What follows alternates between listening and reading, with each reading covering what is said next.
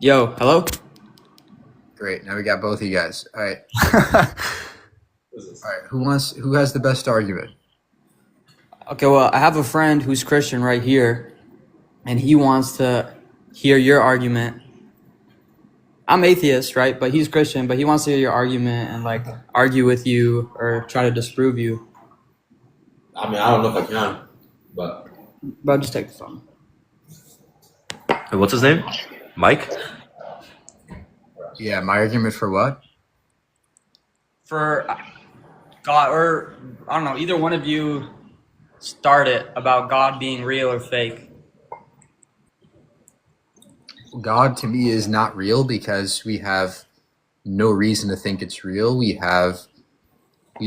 don't need fine tuning in the universe. We don't need we look at our bodies, we find that they're so gratuitously complex. There's so many points of failure in our bodies. It doesn't seem like it was designed. There's the problem of evil. Why is there so much evil in the world if there's a good God? These are some of the reasons why I'm an atheist. that's valid. That's valid. Well, do you not think that everything? I mean, you mentioned like the human body, right? Our anatomy, everything like that. Do you not think everything around us points to intelligent design, like not just chance?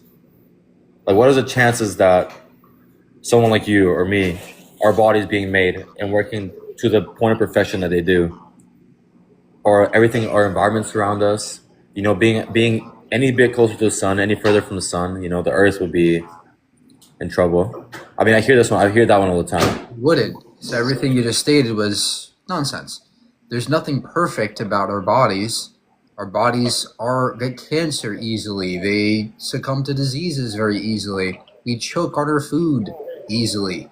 Number two, the Earth varies in its distance from the sun every year by millions of miles. The distance is not very relevant. There's other factors involved, I agree with you, but it's not just the distance that matters. And so, however, all these circumstances could have been naturally derived. There could be a natural reason for all this. And you ask the chance of this being here. Well, the chance of us being here could be 100%. We don't know the chances of us being here, but it could be 100%. Maybe this is the only way it could be.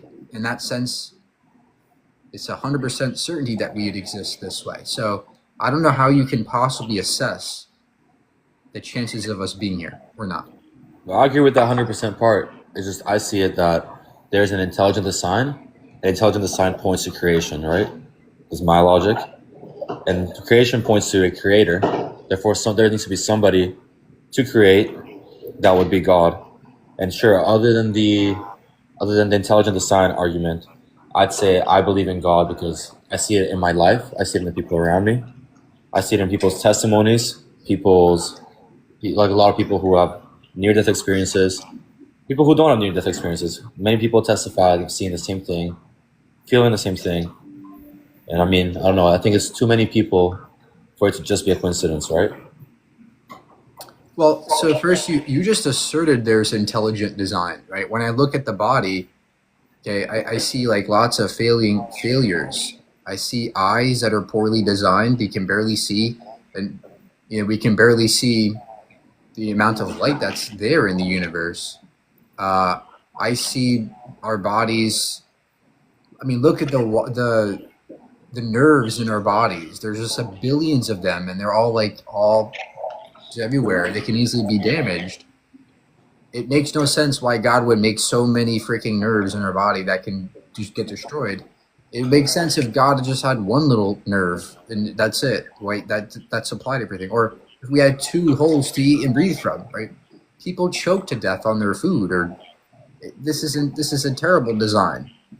It's just no. Why do we have to wear glasses? Makes no sense if God made us perfectly. So yeah, intelligent design is like not at all evident to me. Fair enough. I mean, yeah, I don't know if I can really convince you. I'm not the right person to talk about this. But I know I see it in my life. I know I see it in the people around me.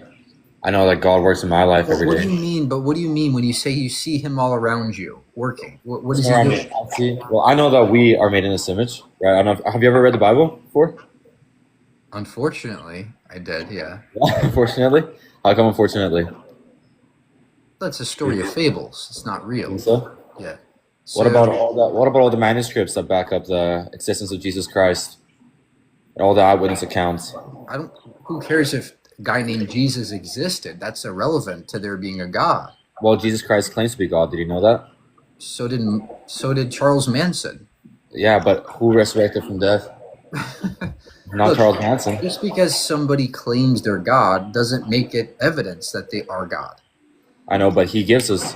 And now, if you read the what I refer to as the gospel books, which are the 4 eyewitness accounts of people who walk with Christ during his 3-year ministry, I believe it's 3 years. Don't be too harsh on me if I get that wrong. But they give that pretty compelling argument for where he claims to be God. So it's not just him claiming it. He backs it up with his actions. He backs it up with He backs it up with the same claims from the Bible that claims he is God in the first place. It's like suggesting Spider-Man exists because the comics support his existence. It's Well, yes. not a good argument. It's kind of circular when you suggest the biblical claims are evidence of the biblical claims. It doesn't make any sense to me. Well, the Bible is not just one book. It is 66 no 60 I think it's 66 books put together over a period of time. So it's not just one person writing it, right? We don't have a single author here dictating everything. So all these people throughout different periods of time are all pointing to the same thing. So it's not 67 books. There are many kinds of errors and contradictions in the Bible here and there. But besides that, I would suggest that they're still all just coming from the same source. Okay? Because ultimately the books were orally passed down over centuries, and then they were written down. Like what, a couple thousand years ago, right? They're all compiled together. So it's essentially the same thing. It's the same source. There's no extra biblical sources that show Jesus even existed, let alone was a God. Fair enough. I'm honestly not too educated on if there is outside sources other than the books compiled in the Bible. I would recommend checking out. I don't know if you've heard of him. Shoot, I'm blanking. What is his name? Cliff. Netzel, I think. Is that how you say his last name? Yeah. He's pretty because he debates a lot, and this is one of the biggest questions he gets, the ones you're asking me, which I'm not too informed on how to answer. But I think you should check out what he says, and I'm not saying it's going to convince you or change your mind, but I think he'd have better answers than I would. I disagree. I think that he's a charlatan. I think that he has no actual good arguments. I think he's just a very excited Christian. It doesn't make him any more of an authority on this than you or me or anybody. He's not an academic. He's not a philosopher. He's just a guy, just an apologist. But as far as I have seen, there's no good evidence of Jesus existing, let alone God. And so I'm just not convinced, Fair enough. I don't know what to say, man. All I can do is pray for you, and I hope that you have a revelation, and I hope someone can answer the questions you're asking, because there is answers out there. Maybe our knowledge of God is limited, but I know His love for us is limitless, and so He does love you, and even if you don't believe in Him, He's still waiting for you to turn around. But if He loves us, why is He allowing children in Gaza to starve? Good point. That's a very good point. I would say God gave us free will, right? Is that we have free will as creation. I disagree that we have free will, but let's just suppose we do. Go ahead. Okay, well, I'd say, I'll ask you after, but yeah, I think we, as a creation, God gave us free will. He gives us free will to make our actions. We see this in the Garden of Eden, in the beginning, when God created Adam and Eve. He gave them the free will to either follow His word or to go about what they wanted to do. They decided to ignore Him, But eat from the forbidden fruit. what did the children of Gaza do to deserve to starve? I don't think they deserved it. It's not about deserving. Okay, so then why is free will relevant here? when God could have made a world in which everybody has free will, but there's no evil that happens. They make choices that are good with their with their freedom. God Or is could have that, made that kind of world. And so free will is not a good defense to this. is that really free will though? Yes, God could have made a world where every person has free will, and every person in this world chooses the good. They never choose bad. God could have made that world, but God didn't. Well, I don't think that is free will. And he did make that world. It was like that in the beginning. But if we're saying free will, but you can only do good, that would not be free will. No, I didn't say you could only do good. I said they all choose to do good. So think of Oh, this. okay. Yeah. I see what you're saying. Is it possible for me to choose only good actions in my life? Of course, is what we expect of everyone. Okay, great. So is it possible to imagine a world where 1,000 people always choose good in their life? Yeah, it's very possible. Okay, great. Is it possible to imagine 1 billion people all choosing good in their lives? I don't see why not. There you go. So that's the point. God could have made that world where everybody chooses good with their free will, and there'd be no evil. But God didn't make that world. He made the world where there is evil for some reason. I don't know. That's a valid point. I don't think he made the evil in the world. I think the evil is a result of our actions. I think it's a result of us being far from him. Our result from us being far from his word, because he set a line, he set a standard, and from the beginning of time, we as humans have been going against it, and the result of that is evil in the world. I don't think, though, that anything that child has done with their freedom deserves that they starve to death. I agree with Any you. action a child can do that would make that good. But it is not a result of the child's actions. It's a result of the actions of for the sake of this argument, it's the actions of the Israeli government choosing to attack the innocent people in Gaza, right? So it's not that I know you're saying the child doesn't deserve it, and I completely agree. Look, the child whole doesn't deserve point it. here is that God has the power to help people who look. For example, if there's a child next to me who is starving, do you think I would have the obligation to help that child out? Would that I be think so, good yes. to do? Yeah, Would sure. that be good? I think that'd be great. Yeah. So if God is so great, why doesn't He help those children who are starving when He has the ability to? And you got me there, I guess. I don't really know the answer for that one. I do know is that what he did for us is he sent his one and only begotten son to die for us so that we would have eternal life. After this We're life, just regurgitating dogmatic rhetoric we've heard for thousands of years. God loves us. God loves us. But that's like saying, oh yeah, Santa Claus loves you. Santa Claus loves you every Christmas. But we've heard enough of it. There is no Santa Claus. We need There's better. God. We need more than just he loves us. We need reasons, data, evidence. That's fair enough. I think, yeah, maybe in your life you haven't had a need for Christ, and maybe that's why. I've been a Christian for 20 years. Really, Probably longer than you've been alive. just about. I know what it's like to be in your shoes. It's just that in the process of me reading the Bible and understanding the science in the world around me, I recognized it's incompatible. The biblical claims are incompatible with reality. Talking snakes, flooded global floods, Noah's big boat with all the animals on it. That's just fable, just folklore. Fair enough. Do you mind me asking you what made you drift from your faith? What made you separate from your faith? What pushed you away? Education. Education? Yeah. So mostly like a lack of scientific evidence is what I'm assuming, hey? Not Like just a lack of scientific evidence, a complete contradiction to the scientific evidence. I don't know if I would agree with that one. I think there is scientific evidence of a flood happening. Where? Where is the evidence of the global flood? We see it in, you're getting me here. I haven't studied this in a minute. The evidence I listened to this lesson on it the other day. Shoot, what was it? We have, what was it? What are the layers called again? You can see layers on mountains of water building up. You can see. I'm not saying this properly, but you Fossils. see. I'm gonna say fish fossils. No, I don't think that was it. I didn't hear that point.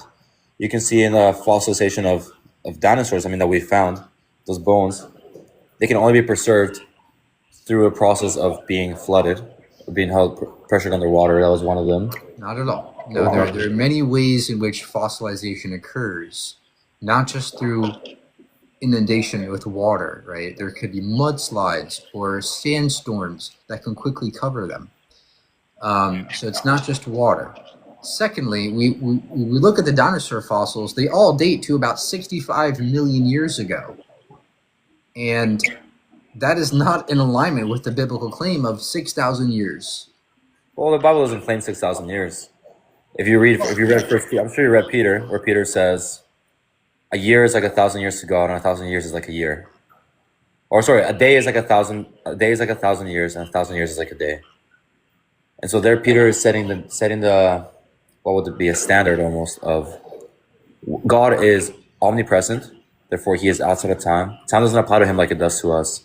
So for Him, our story of 7 days of creation could have been 7,000 years. Could have been 7 million. So you agree that the Earth is old, that we evolved, and dinosaurs existed millions of years ago. I But don't at know. the I'm same not too time, sure there on. was a global flood. I don't know how old the Earth was. I'm not really sure on that. What I am sure of is that God made us in His image from the beginning. So I don't know if I believe in evolution. I do think we adapt, and I do think we can. Maybe. How would you define evolution? Like, are you saying we came from single cell organisms, or what's your? Not that we come from single cell organisms. Evolution just refers to genetic changes over populations. Okay, I think there would be genetic changes. I mean, we can see it in example, like I agree that speciation occurs. You get a different species over time. to a certain degree. I wouldn't say different species because, for example, humans. I think we do have like you can tell the difference between Asian people and white people. You know, like there is genetic differences. Yet we are still the same species. We're still human. So I think the genetic adaptation only goes so far. I don't think a new species can come out of a already existing one. Yeah, I don't think you got to understand how evolution works. So evolution happens over populations. It doesn't happen in generational time. It doesn't happen. I'm never going to give birth to another species. That's not how evolution. That's not what speciation means, though. Right? We're talking about populations adapting genetic changes over time. Allele frequencies. They become so different that it becomes a different species. It's so different over time that it can no longer reproduce with the original population. That's how that works. And so this is verifiable. We know that evolution happens. And there's just no evidence of a global flood. If there was a global flood, we would see a layer in the geological strata that is very very non-ambiguous. This entire layer, it's very organized in a way that looks like a typical floodplain, where we see the same stuff, mud and large boulders, all mixed into one. We don't see that. We see very distinct layers in the geological strata, which none of which point to a global flood, ever. It's just not even possible. There's not enough water on the planet for that. So, again, it's just not scientific. I mean, God is strong enough to. God is real, and He can make all of us. I'm sure He could have made a flood. If He can do miracles, if He can save people. But He can there's make. no evidence of it. You can say it, but there's no evidence that any of this happened. Fair enough. Honestly, I really don't know that. I'm not caught up with the studies, and I'm not very involved in the scientific aspect of all this. I just know I believe because I have a personal relationship with Christ, and I know that He loves me, and I know that there is salvation, and there's something more than this life. You know, not just living for ourselves, and that God made us with a purpose, for a purpose. And I hope you find What's that purpose? that purpose. I think I think it's slightly different for everyone. We all have a different calling, but I think the final purpose is to glorify Him through all our actions and to share the gospel. In Matthew 28:19, we are told to Okay, go out into all the nations. So our sole purpose, our ultimate purpose in this universe, full of billions and trillions of galaxies, in infinite space and time, our ultimate purpose is to praise our Master forever and ever, the one that's already all powerful and doesn't need any more praising. It's not forever and ever. I mean, our life on earth is only so long, right? I mean, it feels long to us, but in reality, it's a blip. 100 years, you But turn. isn't our purpose to worship God in heaven? I'd say that's one of our purposes. I think Heaven is worship forever, right? and praise. Isn't It is, heaven sure. infinite? Yeah, I'd say it's Yeah. eternal life. We're called So eternal your life. view is that our ultimate purpose as human beings is not to love one another, not to be kind. It's the ultimate purpose is to glorify our Master, all because it says so. Well, if you That read, doesn't it sound is like our a very purpose on good earth. purpose to me. It sounds like a useless purpose. Well, we are told ways to glorify God. Jesus gives us two commandments, and He says, "Love your neighbor as you love yourself, and love your God with all your heart." And that's the two main commandments He gives us when He comes back. Yeah, that's the two main commandments He gives us. And so, ways of glorifying Him is not just because you can't just praise Him, but then you see your neighbor, your brother struggling, and you turn a blind eye. That's not glorifying God. I mean, He makes it clear. So it's not just I'm gonna praise you and then that's the only thing I'm here on this earth for. You're here to represent Him. You're here to set the steps. If we were here to represent him, then we would all be genociding each other because that's what God did during the flood days, right? You just said that He flooded the entire planet. That means every person died. Yes, So if we were to follow God, we would all just start genociding. but He doesn't tell us to genocide everyone. He doesn't say. That's what you just said. We have to follow His example. Yeah, and what is His example? If we go read His the example gospel. is genocide, murder, telling people to kill for Him. That's God's example in Deuteronomy, in Numbers, in Exodus, in Leviticus. You know, He tells us to do some gruesome things, disgusting things. I mean, that's a valid point. The way He flooded the earth because it was so corrupted and so evil. It said there was not one righteous man left. Not one righteous man, woman, But child, if nothing. it's so evil, why didn't God just create a better world, but put all those people into that world instead of killing them? Why did He have to kill them? I mean, that's a good question, man. You have to ask Him. I can't answer that one. Why couldn't God get it right in the first place? Why did He have to redo it? Dude, I don't know. I really can't answer that one for you. I don't really know. Yeah, I It's, know. like I said, our knowledge is limited. I really can't answer that for you. But I know that His forgiveness and that His love is limitless. And I'm sure any question you have, if He wants you to know it will be answered. I just pray that you Okay. find.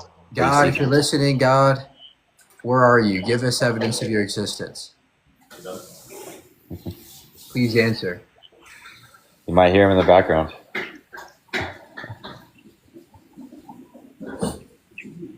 Nothing? I don't know, man. Nothing yet. I don't hear Him yet. I don't have any. I can't. God, you there? Science for you? I don't know that end. I don't know. It sounds like you're working pretty hard to disprove something you're so sure doesn't exist. It's almost like you have this. I'm not working hard at all. This is very easy. This is like basic for me. There's no actual reason to think that you're correct. And all these questions, you're like, oh, I don't know how to answer that. That's a problem, right? In my view, it's simple. Shit exists. Shit happens. I don't have to wait. I don't have to go, oh, I don't know. I just say shit happens. We can get rid of the God thing entirely and just say, yeah, shit happens. That's my view, you know? I don't know, man. I think it's a beautiful thing to see that it's not just about ourselves. That our life is not just shit I happen. agree. It's not Great. just about ourselves. There's a lot to live for. but we don't need God to do that, you know? I think I would beg to differ there. I think we do. I think without him, there's no end goal. There's no point. There's no purpose. But we can make our own purpose. I mean, sure, you can try, but at the end of the day, so then when you die, it's over. There's nothing. Yeah, isn't that beautiful? We don't. Why would you want to live forever? Wouldn't that be kind of boring after a billion trillion years? I don't know. I think living in a perfect place where there's only good, where we all live under the same covenant, where we're all happy. There's no. Did you ever see that SpongeBob episode where Squidward goes into his new neighborhood, and it's all Squidwards? I don't remember It's that one. No. everything he loves. They all play the same clarinet. They all cycle the same way. And Squidward goes to his new village, and for the first day, he loves it. Yes, this is great. The next day, he goes again. Great. And then the third day, yay. Fourth day, he does it all over again. Ah, okay, great. He keeps doing this over weeks and weeks and weeks. He starts getting depressed. It's just boring. Even the best thing ever gets boring after a while, you know? And so I think death serves as a way to say, yeah, you can't have this forever because it's boring. I think there's power in living a finite amount of time, recognizing that finitude, doing the best you can, and gracefully, peacefully passing away, leaving behind a legacy, leaving behind something for other people to gain from. That's, I think, my purpose. And would you look at that? I don't need God to do that. I can just be a happy person without God. I can be a very happy, fruitful, prosperous person without God. You know? I hear your point. Yeah, I don't know. I think I would say it's the opposite. I think it's beautiful to know that we have an eternal life of a perfect eternal life, because But of, perfect to who?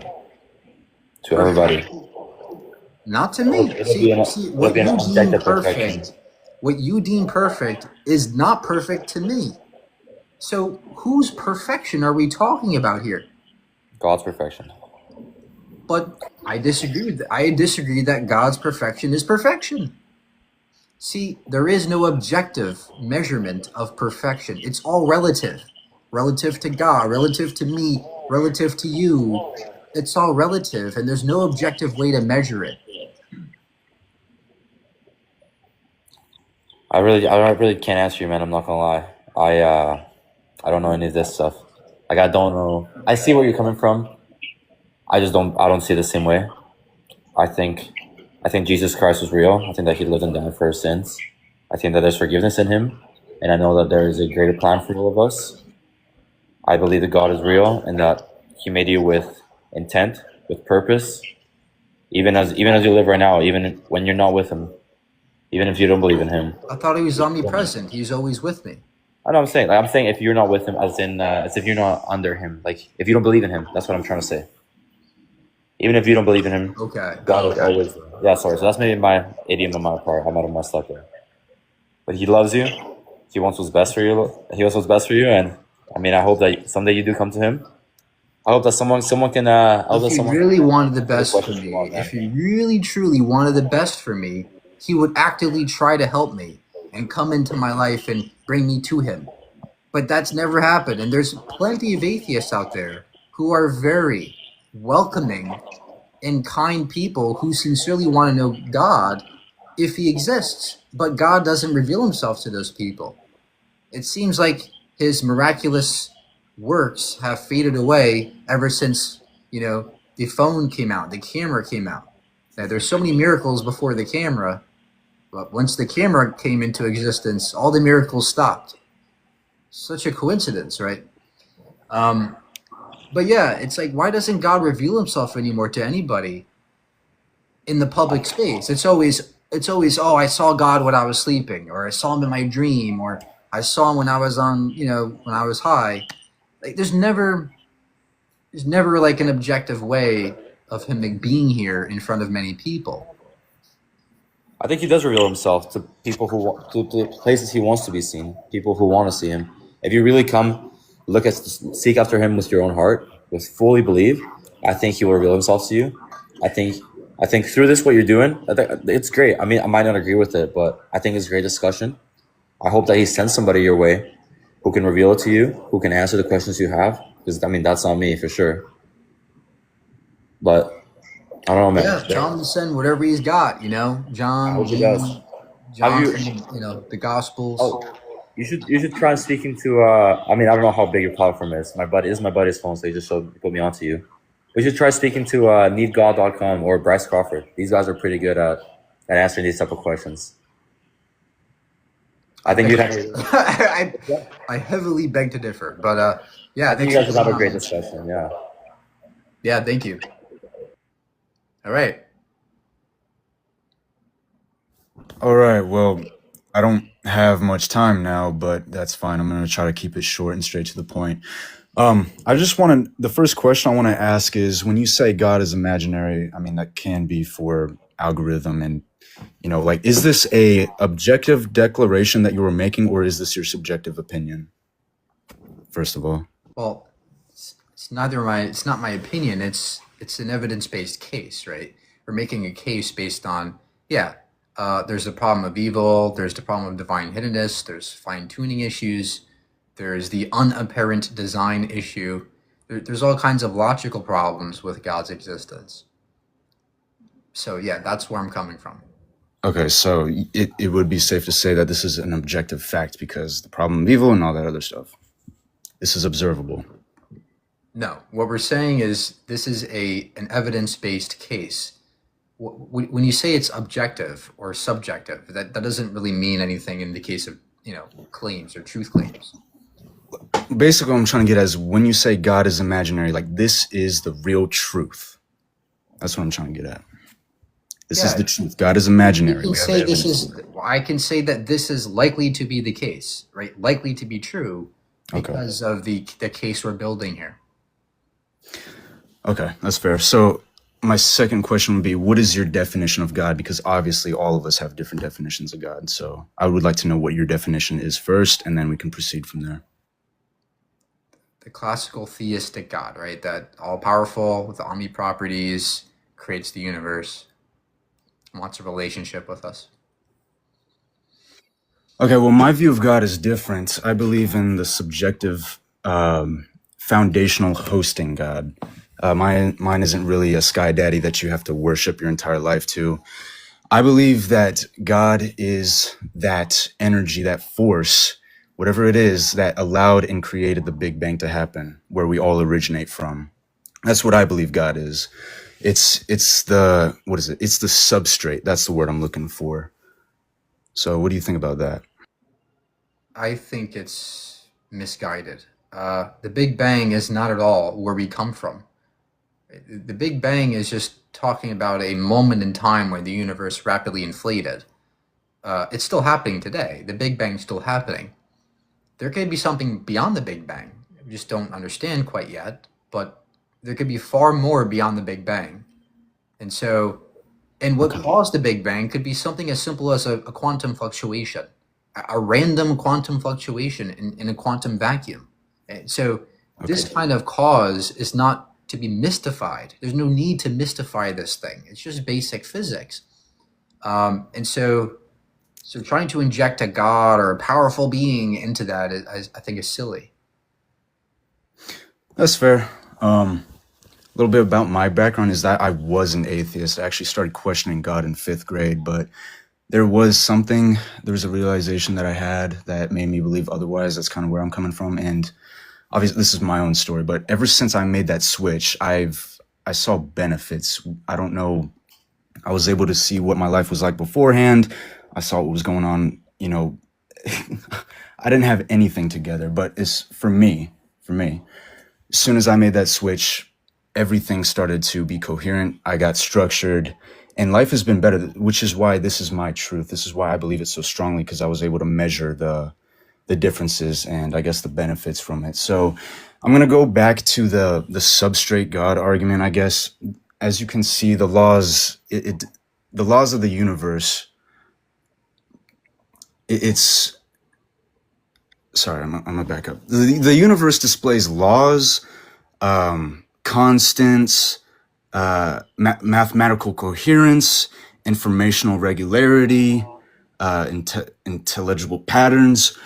If structure exists, there must be something that holds that structure. That's kind of what I'm trying to argue here. You know, just like how Yeah, I agree. Yes, I agree that there seems to be constants in nature. There seems to be natural laws, but we can say that some kind of Hamiltonian or some kind of quantum state that explains all these things. There's mathematics that allows that to happen without injecting God. Like we don't need God for anything.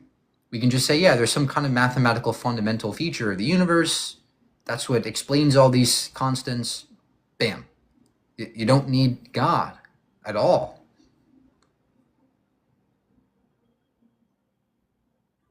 but like just how like you need a computer in order to run apps and software, you need some type of like hosting, some type of substrate for all of this to exist. That's do you understand? Or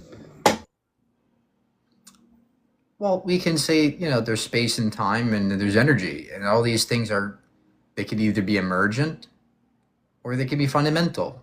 Right? When you say substrate, you just can say space and time, right? We don't need God again. Again, I don't see why God's required. okay.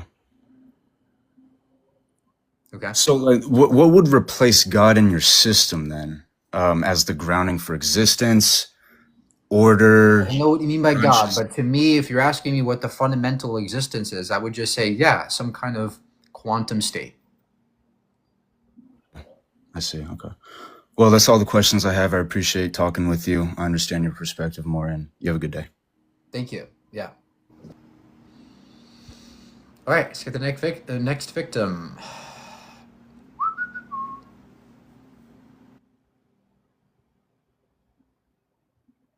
Wait, oh my goodness.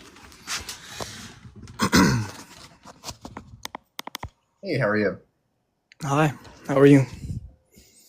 Great. All right, why do you think God is imaginary?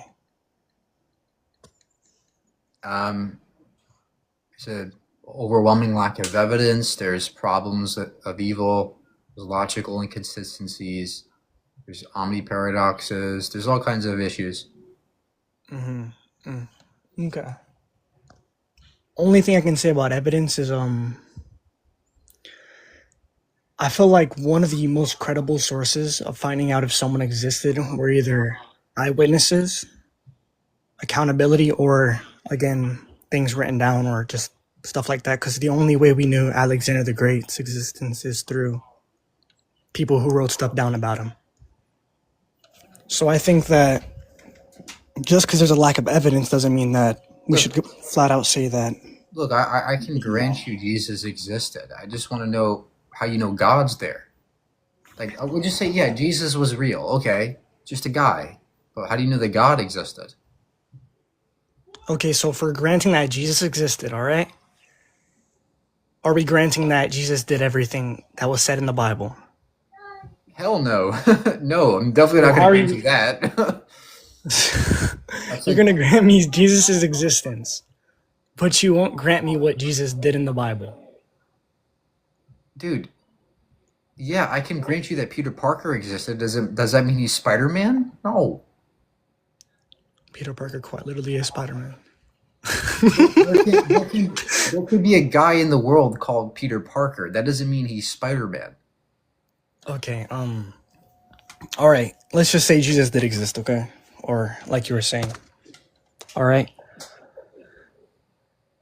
Okay, yeah, what's your point? What's your point? My point? Okay.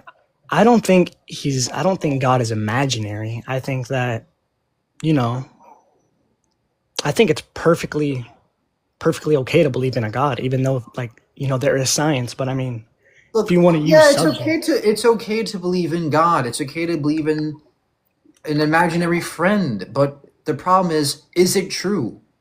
What's your reasoning as to why God is truly there? That's what I care my about. reasoning, I just feel like the morality sense of that humans have, like I don't think any like any other animal would even in millions of years would get to our level. That just makes it like. Plenty But of you think? animals have way better morality than Christians.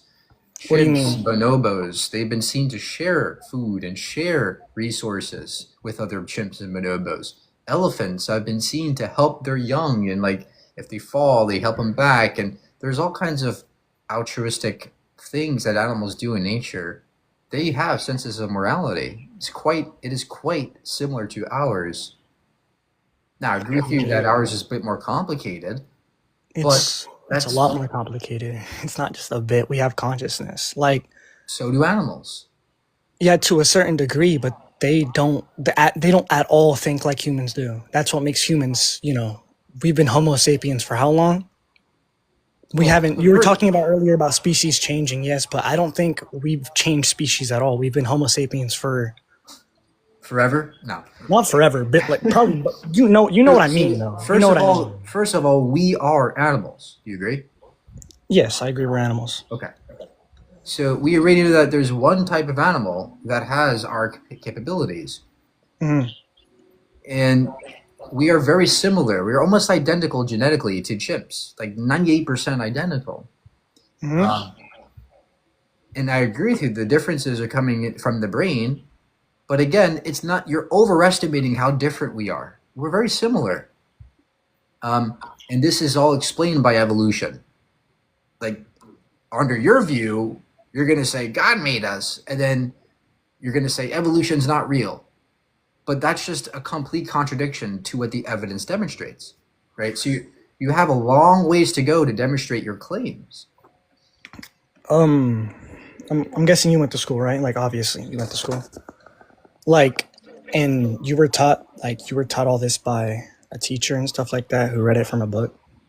So, like, the thing is about that is people are so quick to jump to what other scientific sources say, but when it comes to context like the Bible, because, okay, I'm going to say this. Not everything, just because God is perfect, doesn't mean everything that happens is in his will. And I can say that 100%. Wait, what were you trying to imply? You're trying to imply that because your teachers say it, that doesn't make it true? I agree. Yeah. But the data that they display in school is backed by evidence and experiments that scientists do display. That you were perform. told they done, correct? No. See, No. the way You were science told works. they had Now, done. let me explain this to you. It's very important. The way science operates is scientists perform experiments and they display their results and they publish them in journals. And people can review those papers. It gets peer reviewed. And people can perform those same experiments to verify what they're doing. And this evidence stacks and stacks and stacks, right? And so that's why we've built. That's what science has built. So, So, okay. so your caricature of, oh well, they just say it's true, but they don't. That don't mean nothing. That's a complete caricature. In reality, it's all backed by data. Your belief in God isn't. I do just want to say one thing about the whole they took notes and then, all that. That's quite literally what the Bible's about. It was 4 eye testimonies who wrote that stuff down. So, I mean, okay, listen. It's not even remotely comparable. An How? eyewitness testimony to actual experiments that have been verified multiple times, Verify, yeah. that have actually shown things. Eyewitness testimony is not very good evidence. And there are certain circumstances, Would you not agree it's a like in the it's a case form of the of Bible, evidence? where it's not evidence at all? Yeah, Because if I showed you a story from 2,000 years ago and it said there are giant Oompa Loompas, I saw a giant Oompa Loompa running around with a unicorn, would that eyewitness testimony be any evidence to you of Oompa Loompas and unicorns? I mean, I don't think we can compare. Okay, I do understand where you're Yes coming or from, no? right? But Yes you or have no? to. Would that be evidence to you, sir? Would that be evidence to me? I mean, if you show me like that they existed, then yeah. If you showed me that Exactly. It's exactly. I mean, Without the demonstration, it's not evidence. It's at the best, it's very, very tiny, small, little evidence, minute pieces of data. I mean, But is not at all count. Is still, not at all rigorous. Is not at all good evidence, and it and that's still why. does count as evidence, though. I just want to let you know that even if you don't want to, if you go to court, they a lot of times use eyewitness testimony, even though it couldn't be true. It still is a But if form you of go to evidence. court I'm and just you gonna say say that. that you saw an Oompa Loompa, they would say, "Get the fuck out of here." I mean, they might believe me, bro. They don't They just might. blindly take eyewitness testimony. They use eyewitness testimony It's not along with blind. corroborating data, right? If they see other data along with the eyewitness testimony, that solidifies it. But if you just have eyewitness testimony, you don't have any significant anything there, right? That's why if I went to court and said, "Hey guys, hey judge, I saw Oompa Loompas," they'd be like, "Get the fuck out of here," right? That's Yeah. not. That's even though that's eyewitness testimony, it's just not evidence. So, you wouldn't say like of how Jesus was mentioned by Saint Peter, who wasn't in the Bible. Like, would you say that that's not another form of evidence of multiple people? Not just because there are mentions of, not just in the Bible. Obviously, these were written by Greek. Was it Greek? I don't know, but they were written by a lot You don't of know. different You don't know people. who wrote these gospels, sir. They're anonymous. They're anonymous authors. We have no idea who wrote the gospels. Technically, you're right. Technically, you're right, but I think it's really hard to put it into words. But I mean, like, is there like a specific reason that you like don't believe in God's existence besides for the scientific evidence? Is that like your only like thing? But Like, do you live your life First based of on all, just people keep scientific saying evidence? scientifical. I don't know what that word means. It's I said scientific. scientific. Okay, scientific. I said scientific. Again, I showed you the logical issues with God, right? The omni paradoxes. How can God have omniscience, know the future, yet we have free will to change the future at our will? How can that be if God's knowledge is infallible? There's the omnipotence paradox. Hmm. There's all kinds of silly reasons to go, yeah, God probably is logically invalid. Hmm. Like, what do you mean by logically invalid? Like, just the fact that it wouldn't like make sense like to science? Logic. It's not Logic. logically valid. Logic. Okay. Okay. For the thing is, I feel what a big part of kind of just ruins the whole point of just religious values is the fact that I feel like if we had evidence, it wouldn't really be a faith. Like, if God showed me evidence of his existence, I'm going to follow that. I'm not going to follow what he originally wanted me to follow, which was, if you follow this, if you truly believe, okay, I need you to. He's basically saying, I need you to believe in me so I can see that you're a real, like, you're worth coming into my kingdom. I don't want you to just be, oh, I want to follow evidence. This evidence, I'm going to follow it because I know it's true. Like, that makes no sense, bro. It wouldn't be faith. So It you're would just be you're saying, so following you're saying scientific there is evidence. virtue in having faith because that's what God wants. God wants you Yes. to just believe in Him no matter what, because that means you're a strong soldier for God. But Sure. why wouldn't you make this argument for a magic unicorn that I believe in? Let's say I believe in a magic unicorn, and I say that magic unicorn wants you to have faith in him, Enzo, and that's the virtue of believing in it and the magic unicorn. And so, would you take that as, oh yeah, let's all believe in that unicorn? Would you do that? Would I do that? Yeah, Probably not. No. exactly. And so, the whole point of believing on faith, you just undermined yourself because you wouldn't use that same principle for any other thing in the world. It's not just the same special principle. pleading. It's special pleading to go, that only works for my No. God, but No, nobody it's else not the is same pleading. principle, though. You're acting like the Bible was just a random amount of people going, oh, I saw Jesus. But there are like I said, other things outside of the Bible that have proven. I mean, you could even go back in, like, what is it called? Freaking Romans times, right? They said that they executed a priest and like 1,000 something. I don't know, but if you want to go that far, I mean, if there are other stuff outside of the There was Bible, all so kinds that's of many what I'm people were saying. crucified, sir. Many people were crucified back then. It was Well, yeah. standard execution practice. Many, especially religious people, were persecuted back then and executed. And so the idea that Jesus is some kind of unique figure that requires mysticism is not, or requires some kind of magic in his case, I think is absurd. I mean, I understand your point. Like, we're all allowed to believe in different things. Like, this is why I kind of love talking to people who have different opinions, because it's like, it's interesting to see like everybody else's perspective. It's just that if I look at it, I think logically. I mean, if you want to look at it logically, I don't think like just of how complex everything is. Like that just you're telling me that formed out of nowhere. Not at all. We're not saying it formed out of nowhere. What we're saying is it took long periods of time Well, then what was and the many starting? sequences of events. What was the starting point? Because for something to happen, there has to be a cause, correct? Okay, then what caused God? God is omnipotent. He says that multiple times. He was already there. Well, okay, if you're And the universe is already there. no, it says the universe was created by the Big Bang. No, it doesn't. The Big Multiple Bang is people. not. I mean, that's saying what the science universe believes. was Does created. not. What's the Big It did Bang? not. What's The Big Bang? Exactly. You tell me what the Big Bang is. I don't believe in You it. don't know what it is. You don't. Do you Well, know I know what that it it is? was a collision between two things or a mass, and it, ended up creating the whole universe and stuff like that.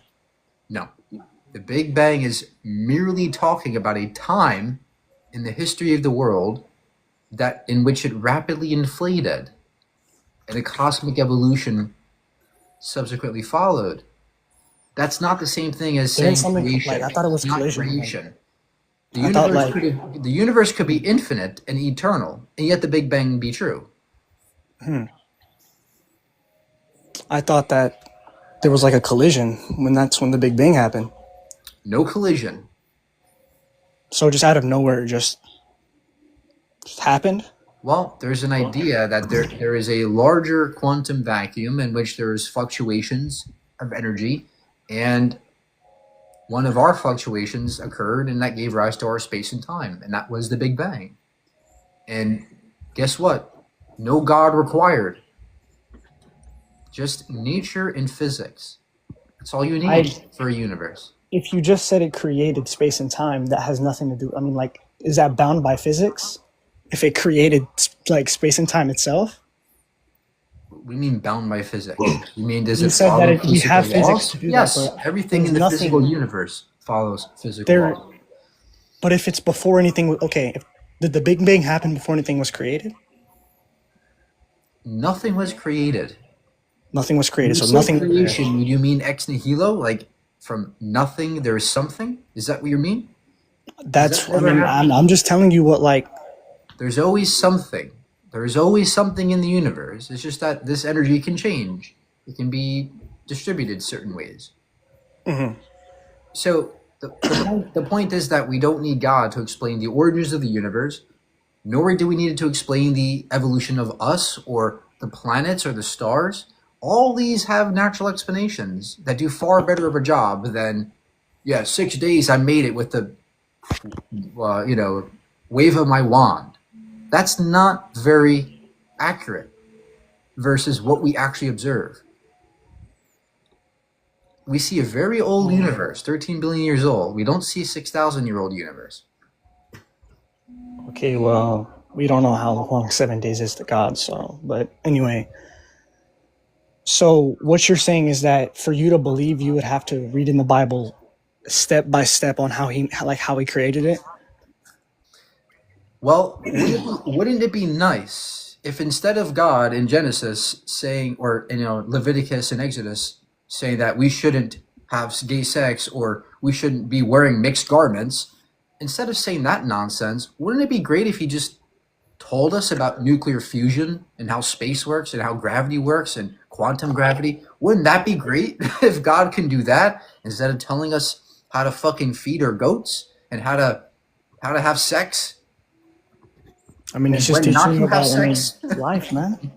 He's just teaching you about how to enjoy your life.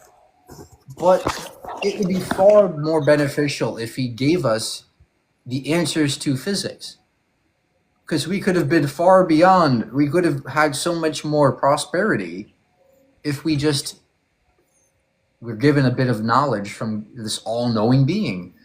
But instead, it's the opposite. We get regressive information. We get, you can't do this, you can't do that. Make sure you don't masturbate. Like, it doesn't seem like this is coming from an all wise, all loving being. It seems like it's coming from goat herders 2,000 years ago. This is exactly what they would have said. Exactly. It's just exactly what they would have said. Jerusalem will fall. Jerusalem will rise. Make sure you I mean, breastfeed your goats. Make sure, like, this is all, you know. I understand where you're coming from, but it's to a certain point that just sounds foolish. What do you mean? Why didn't God teach us about physics? Isn't that what, I don't think that was really necessary for us to make it to heaven, was it? Did we have to understand physics in order to make it to heaven? Why No. couldn't God So make this why would life heaven? Why couldn't God make this life heaven? Why did he have to have two separate places? Why did he have to make us go through all this torture and torment? Because what did we do to Jesus when he came down here? What? What did we do to Jesus when he came down here? We persecuted him, threw rocks at him, and then we crucified him. I don't think it. I mean, if we're okay, And hold on. Many people Hold go on, through- wait. Many people do that. What's your point? Many people what? Many people have been persecuted and executed for their beliefs amongst many religions, not just yours. Yeah, I mean, Why is yours special? Why is your guy special? why is my guy special? I mean, because his teachings are just amazing. I mean, he tells you tells you a lot of good stuff, stuff that can actually help you, Tells Like you not to don't hold on mix to worldly garments? desires, don't be greedy, don't hold on to worldly desires, don't lust over women, or if you're a woman, don't lust over men. I mean, But tells you a who lot of said good those are stuff. I mean, good? what is so said bad those are about good? having someone love you? What's so bad about that?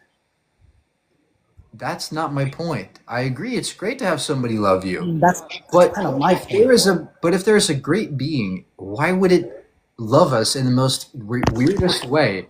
A true love is when you have a true relationship is when you give somebody knowledge of your existence and you actually help them and guide them and love them and show them that you're there. God, it's like a very, very long distance relationship, supposedly. He's not even existing. He's just somewhere out there in the universe in the other side of space. But trust me, he loves you. And all this torment we go through, starving and dying and all this cancers and disease people go through, all that, don't worry, God has a reason for that. But he still loves you. Even though he can stop it right now, he still lets you go through torment because he loves you. It doesn't seem like a true relationship. I mean, would you rather be on Earth or would you be in heaven? I feel like, okay, I understand the whole point of illness and stuff like that. I understand, if God's almighty, why would he want to put people in situations like that? Yes. Most of the situations you're put in is not from God. That's not God's will. Then whose Most of the will? situations we're dealing with right now Whose will is is it? stuff from our government and other stuff like that. That's But doesn't God control the government? what do you mean? Couldn't God control the government? Would that be free will? If you're controlling if you're controlling something, is that giving it free will? Look, Christians are so eager to place the responsibility on other people, but how about the responsibility for the one who freaking made everything, right? Isn't that the person responsible for everything? The guy who did everything? Why is it that people are given so much responsibility? And by the way, I don't believe in free will. I don't think we actually have free will. That's another point. So But- wait, what do you mean? I mean, you're on a TikTok live right now. You wouldn't say that's free will? I mean, you're able to openly just not free spout will. that, God is imaginary. I think that's pretty much I think that's free will at its finest. I mean, dude, we don't know each other yet. I'm on the phone with you on a TikTok. I think you have plenty of free will. Nobody's on the controlling your phone. life unless it comes to a certain point of, you can't do this and you can't do that because it's bad and good. I can be on the phone and yet not be free to do that. I could be deterministically forced to do that. What do you mean? Every action I do in my life is going to be determined or influenced by some other external factor that I don't control. That's true. Everything I do is going to be determined by some other property, some other thing. And so, like a domino effect, right? Yeah. Every effect has a cause. And so the same with my thoughts, the same with my actions. Everything I do is going to be determined. And so it might feel like we have free will, but that's because we're only conscious of what's happening. But in reality, I don't think we do. Because So everything wait, we like, do do you is think determined. free will is just, you can do anything you please? Free will is the ability to do something or choose something without external influence.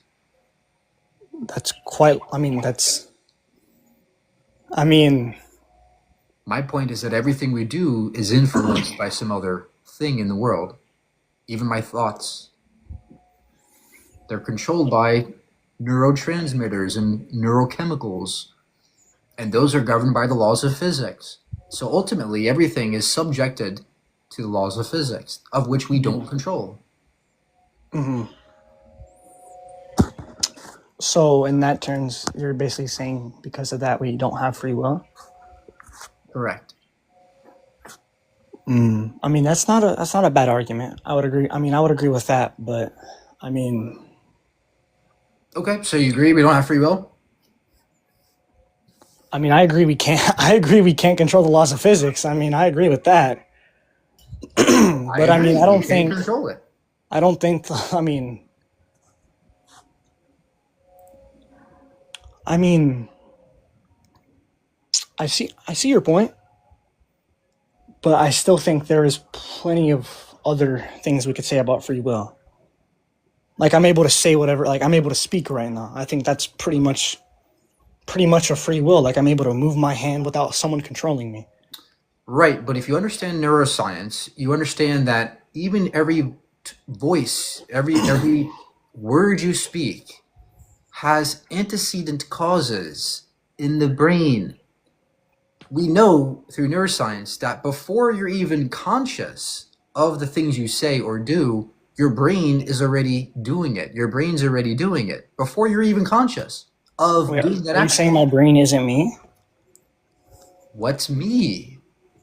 See, when we say the The word fact I'm me able or to process I, what you're saying. That's what I mean by yeah, me. when we say the word me or I, we're talking about a collection of particles, but those collections of particles change all the time. The word me or the idea of the self, to me, is illusory. It's not a real tangible thing.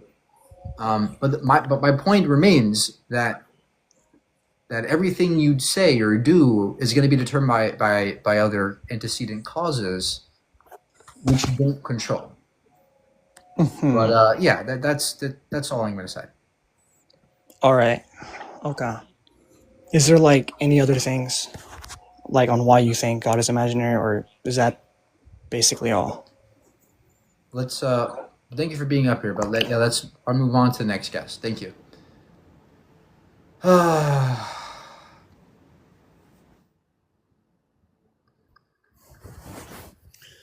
What's up, man? Hey. Yeah, how can we help you? Yeah, so the term imaginary, I think it's categorically distinct and requires a mind. The term imaginary? hmm So, like when you call God imaginary, I think it's I laughing. know that words require minds. I'm asking, is it real or is it not real? Yeah, that's what I'm saying. You're making it categorically, I think it's malformed. So, what I'm saying is that the category imaginary requires mind logic, real and unreal distinctions. I don't think your worldview can justify those distinctions. So, the claim self destructs because imagination only makes sense in a universe grounded in a rational mind. Why? What's the argument for that? I would say that focusing on mind, intentionality, and rational structure, right? So,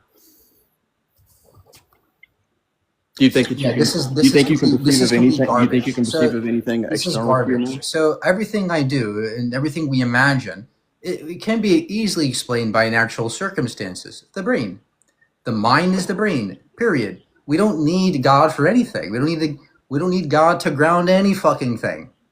You haven't given the argument for that. Yeah. So the concept imaginary just requires a conscious mind capable of differentiating internal mental states. Yeah, I agree. I agree to that. That imagination requires a mind. But I'm Yeah. asking you, how do you know God is real? Right. So again, the existence of any conscious mind or logic or intentionality, that's just abstract categories. So it can't be grounded in a purely physical or atheistic worldview. So you're saying that the brain isn't physical? That the mind isn't can't be physical? No, the brain is just a particular, which is a part of an instantiation from universal, and which is God. So under the atheistic materialism, Well, no, consciousness you're exists stepping in too God. far ahead. If your claim is that physicalism is impossible, I didn't say that. okay, so then you agree that the brain and the mind can be physical? What I'm saying is all things are in the mind of God. So what you That's say, a claim. Let's go back to my question. yeah, for the existence You of agree? conscious minds, which is You logic, agree? intentionality, and abstract categories, cannot be grounded in purely physical atheistic I, worldviews. I did not grant you that they're abstract. I don't believe in abstract entities. Yeah. So under your I'm worldview, asking you, do you consciousness agree that it's exists. possible for the brain and the mind to be both physical? No, the mind is not physical. Demonstrate that.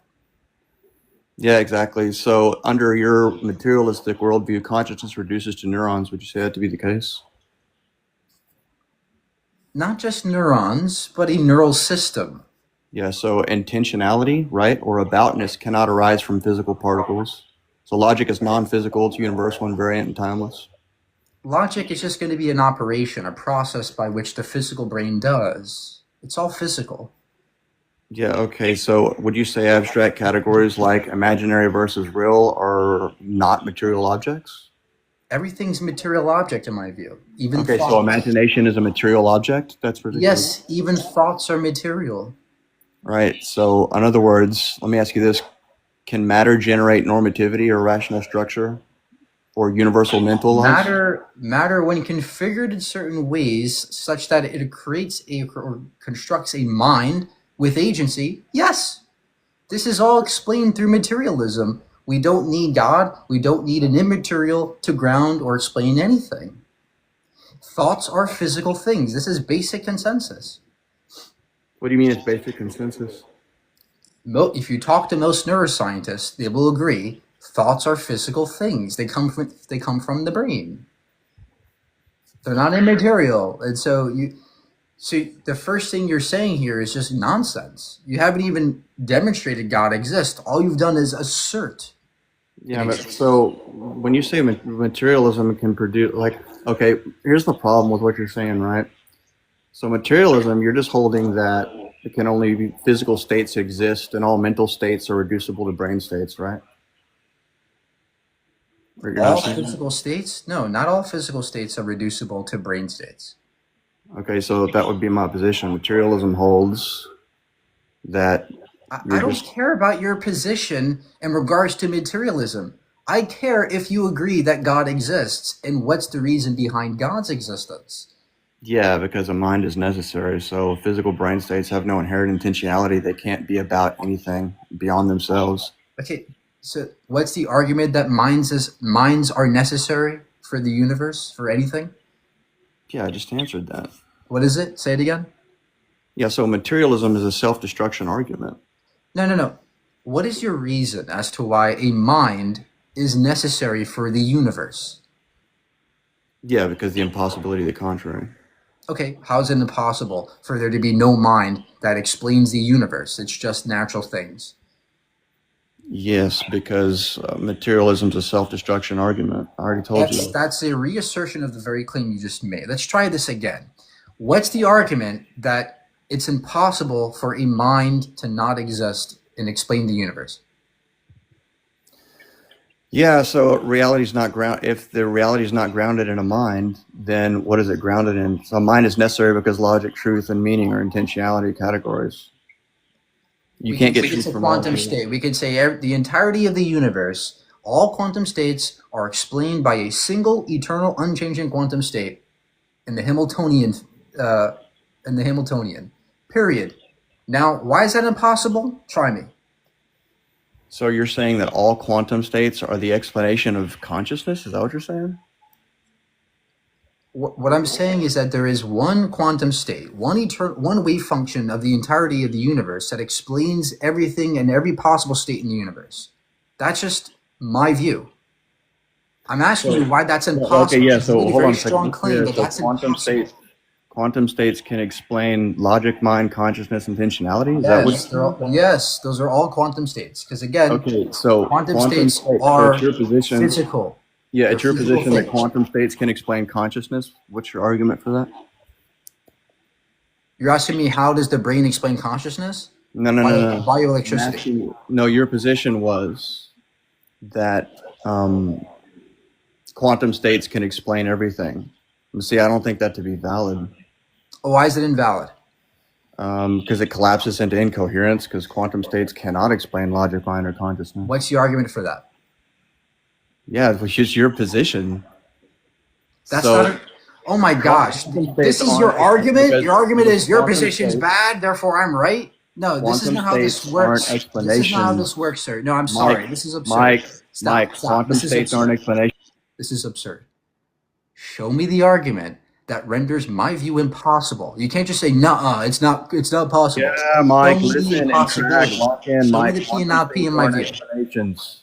They aren't descriptions. They're just descriptions of possibilities, man. Show me the P and not P in my view. Show me the P and not P in my view.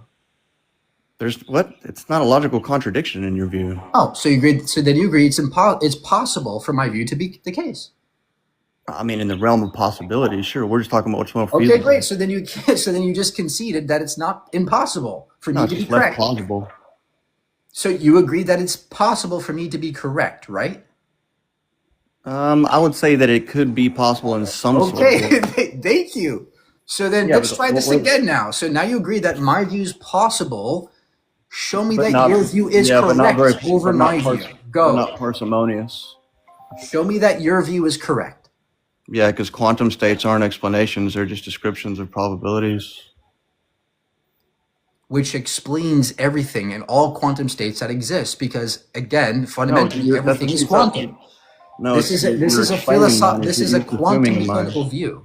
No, quantum states are probability distributors. I mean, that's not the probabilities are propositional. Propositions exist only in minds. You can't have So probability you can amplitude. take an unless they're Everettian aligned. view. You can take an Everettian view in which there is no wave function collapse, in which everything exists in the superposition of possibilities, including you and me. And so that's why we can have this view in which there's one single wave function that explains the entirety of all states of the universe without God. And you just agreed that that's possible. Do you agree? Yeah, well, possible doesn't mean it's also parsimonious, right? So Great. wave So then function show is me a- that your view is correct or more parsimonious than mine. I'll wait. Now that's very honest. I think that's a good starting point. Agreed. Yeah, you could have just started there. Okay. So a wave function isn't a physical thing; it's a mathematical description of probabilities. It doesn't explain consciousness.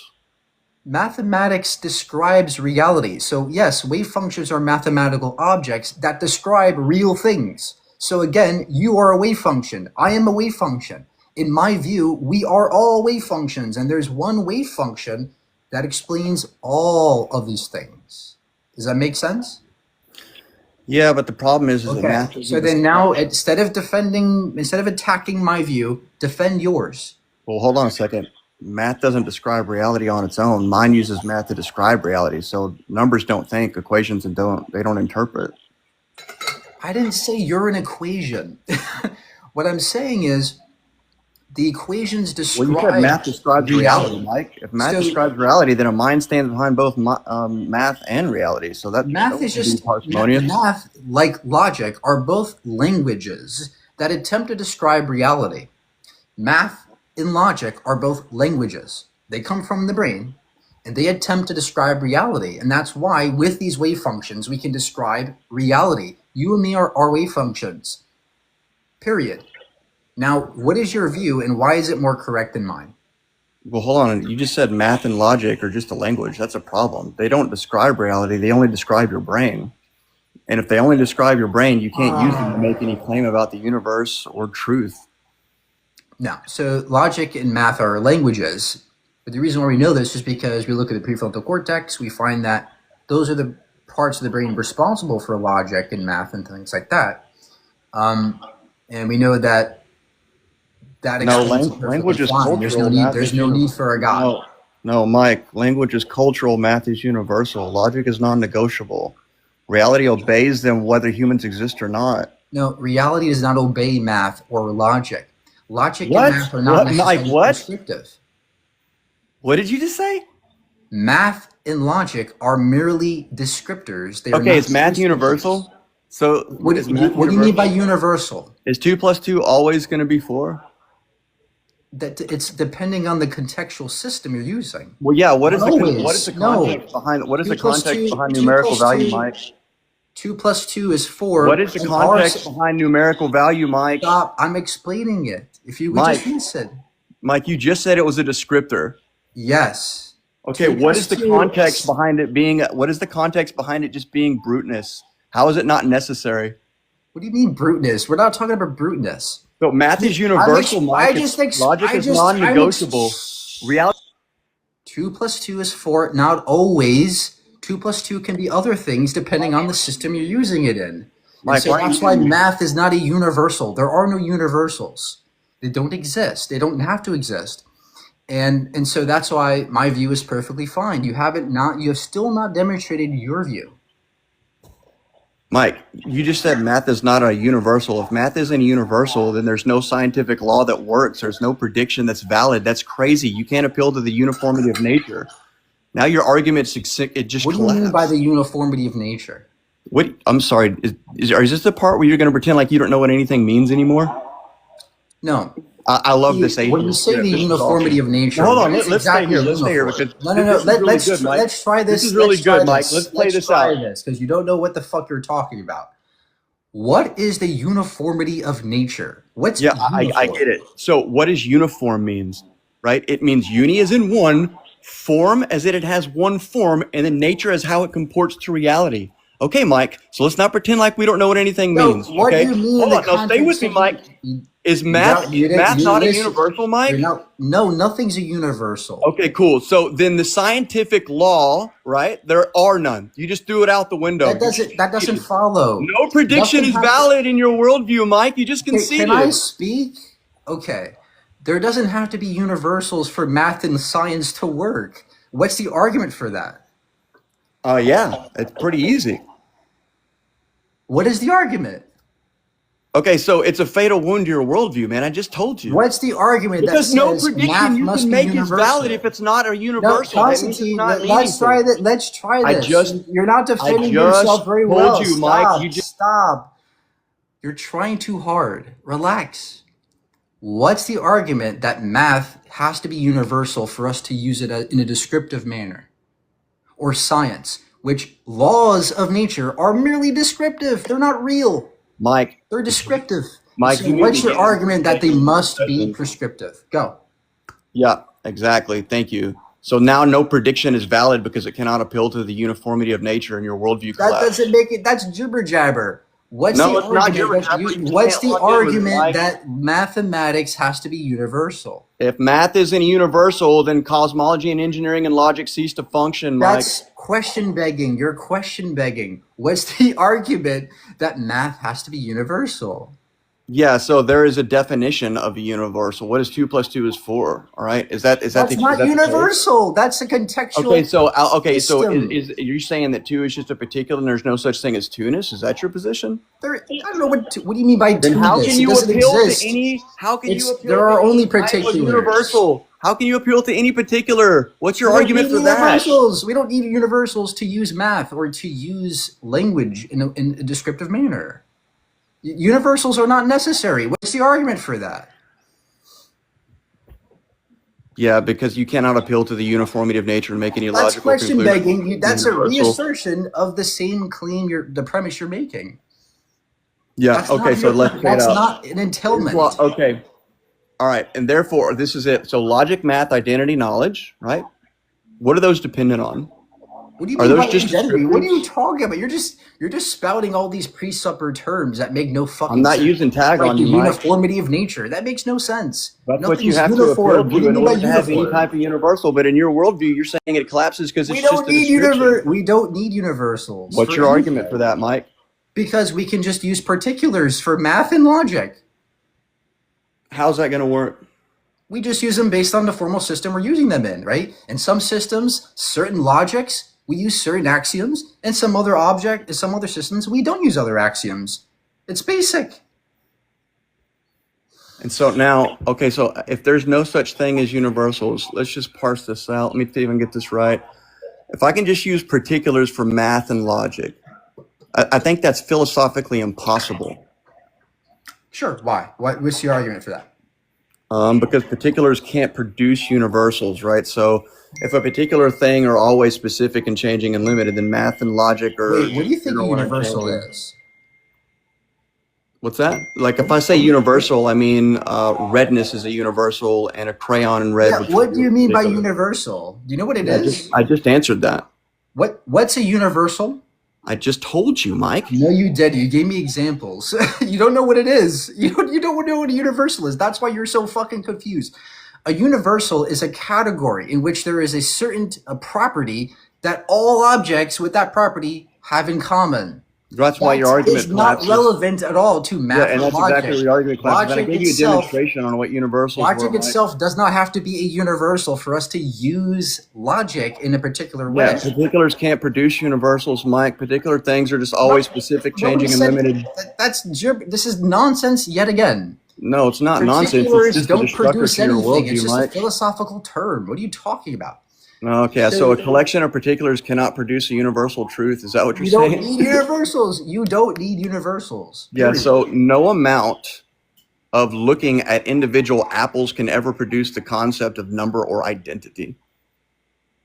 Logic is a What? universal. How does this in any way, shape, or form demonstrate Is that we logic a need universal? universals? No, logic is not. Nothing's universal. Okay, then your worldview collapses. Why? That's just Because the another logic could be assertion. so it could be something completely different, right? So your argument could just be it could just fail. No, that's not an entailment. Just because logic isn't universal doesn't mean that we can't use logic. What are you Okay, talking how's that the about? case? You have no idea what the fuck you're talking about. Yeah, all right. Yeah, so cool. So can you not appeal to any type of universal or particular and it mean the same descriptor? Is there a possible Yeah. world where you can use that same language? When and we it say mean the same word, thing? see, look, in my view, when we say the word two, we're not talking about there's no actual two-ness in the universe. That's why it's not a universal. Universals don't make sense to me. When we use the word two, we're just describing a certain symbol that represents something in reality, right? Like two objects or two things. But those things are just coming from the brain. They're not real things, right?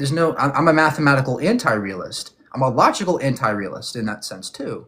So I Yeah, don't think these things are real in the sense that there's a tangible thing that of two-ness in the universe. I think these are all just symbols that we produce in our brains. And so that's why my view is very coherent.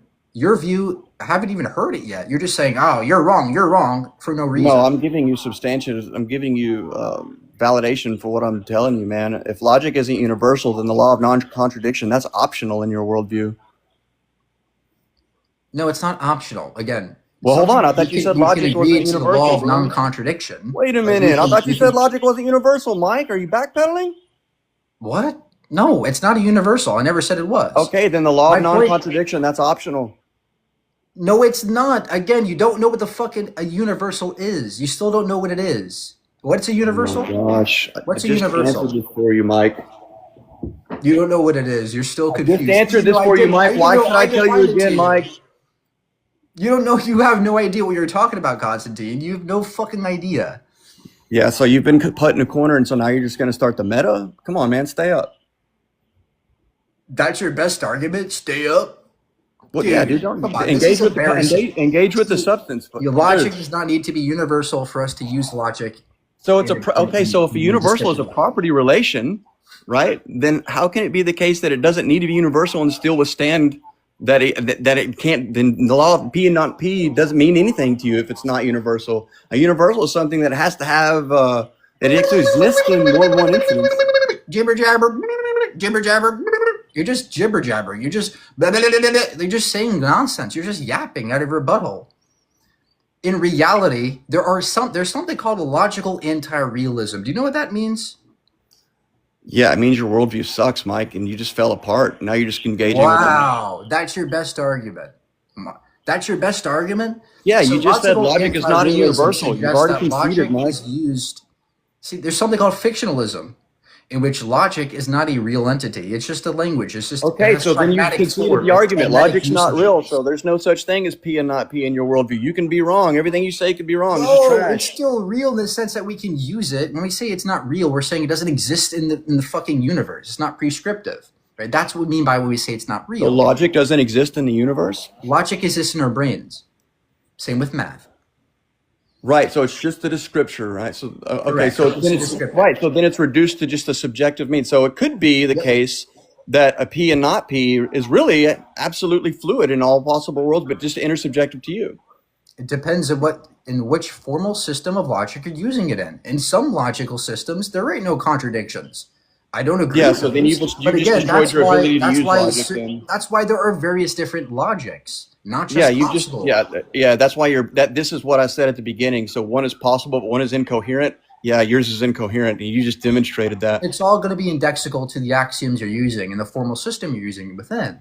Right? There's no Yeah. universal logic in which everybody has to agree to. Just like there's no math that everybody has You've to already agree to. destroyed your ability to make any argument because you said logic is just subjective. Mike, do you not see the blunder? I can still subjectively make logical arguments. Okay, so it's just your preference that you're right. That's stupid. No, it's still going to be a logical system based on logic. It's going to be a It's logical not my system based on opinion. Mike Brigandi, which holds no gonna be- bearing in the real world, bro. It's just your intersubjective opinion if there's a P and not P. So you're 'Cause saying it's we all can't- mental dependent.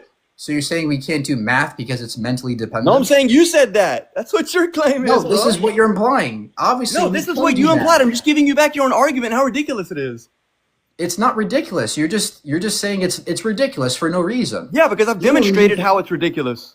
No, clearly we can still use and perform logic in our brains. Yeah, but you can't be objectively No, true no. about it. You're stop and listen. You need to listen. Although logic comes from our brains, we can still form logical systems in which there are entailments and Wait a minute, propositions logic's not that universal. make How are you going to sense. be able to do that? We don't need universals to perform logic. Yeah, so that destroys your ability to use logic. You just What's or the make argument? arguments. What's the argument for that? Yeah, because if logic is only in your brain, then logic changes every time your brain changes. What? No. What do you mean? What? No. Yeah, if your brain changes, then Logic- logic changes by your own Logic worldview. is just going to be a system that we invented, that we use to describe something. No, you just right? said it was just limited to your brain, Mike. Yes, it's limited to our brains, but the point is that Okay, our brains cool. So can- then you can't use it anymore Let me because if your brain speak, changes, then let logic me changes speak, too. Let me It's not speak. universal. It doesn't Stop, exist outside of you. Stop. No, that's the entailment of your worldview, Mike. And there's no issue with it because our brains can change, but that doesn't mean logic your logic changes. Stop. No. I'll give you an example. If I wrote on a piece of paper square, does that change? No. Even though my brain changes from day to day, I can still write square on a piece of paper. It's because that symbolization still exists regardless of people's brains moving. Because again, we all can systematically agree to certain formal frameworks. That's how logic operates. We don't go, hey God, what's logic today? And then we go, God says, Constantine, logic is P and not P. Like, that's not how this works. We invent it in our brains. It's mental processes. And that's how logic occurs. Even though Yeah, our your brain brains can have a change, different logic even than though mine, our right? brains change, logic doesn't necessarily change. Absolutely. So it's not a universal. Exists in your brain, and my logic is different than your logic, and it's all just intersubjective. There's going to be different logics, but it doesn't mean that. Yeah, my you brain can have a to- different no, logic than stop. yours. You No, that and makes me- perfect no, sense, no, Mike. no, I no, get it. Yeah, that stop. makes a lot- Shh. Let me explain this to you. You're confused. We can have different brains yet we can still agree to the same type of logic because our brains can both perform the same types of logics. That's the point. We don't need it doesn't need to be the case that there has to be a universal, and it can still be the case that logic is subjective, is coming from the brain, not subjective. There's going to be objective entailments, right? When we say objective, we just mean stance independent. And so we can still create objectivity with our brains. Yeah. And So that's why same, things like definitional statements are going to be objectively true regardless of what people think. yeah, but if you say that different brains perform the same logic, you just admitted a universal because the same means one shared property across many particulars. No. So although there might hold be on a shared second. properties, it doesn't mean they're Bro, universals. See, you there could cannot be escape you can this. have two particulars that have things in common. That doesn't mean they're universals. No, you have to assume the same law of identity, the same law of non-contradiction, Yeah, the same inference those are rules. going to be particulars. They're not Well, going to be same universals. means universals, bro. What are you doing? No, it doesn't. You still don't know what a universal is. Okay, but in your brain, it's all intersubjective. So there's, of course, logic can change. This is why your worldview is flawed, Logic bro. isn't subjective. Exactly. That's my point. Your point is moot because that's trivial. That logic is going to be some kind of noun. It's not All right. objective. So we've heard It's it not here. objective Mike or Verdandi, subjective. logic is just a descriptor of his own brain, and if his brain changes, then his logic can change. Stop. This is silly. Logic is just merely a noun, right? It's not objective or subjective. Just like a cat. Is that objective or subjective? No, cats are neither. It's a noun, right? The same with logic and math. They're just nouns. And so logic is not subjective or objective, but the entailments we get from logic, the propositions we make, those are going to be either objective or subjective. But yeah, the point is that we don't need universals. There doesn't need to be a God.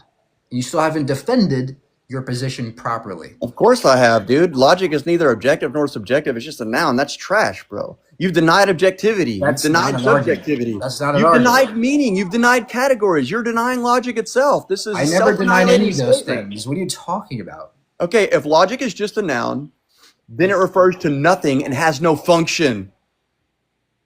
What? You think nouns refer to nothing? No, nouns refer to something. That's my point. A noun must refer to Logic something. is something. A tree Logic is a noun. A something. person, place, or a thing is a noun. You're referring to nothing if it's just reduced to a noun. Logic is something. What are you talking about? Okay, but not in your position. What are you It's all talking about? intersubjective. You're so It fucking could be anything. confused. You're grasping at straws. I know you're confused. Try I'm trying to again help you. and Walk try you through to your own defend- try bad to actually- worldview, bro. Try to render a valid argument for God's existence.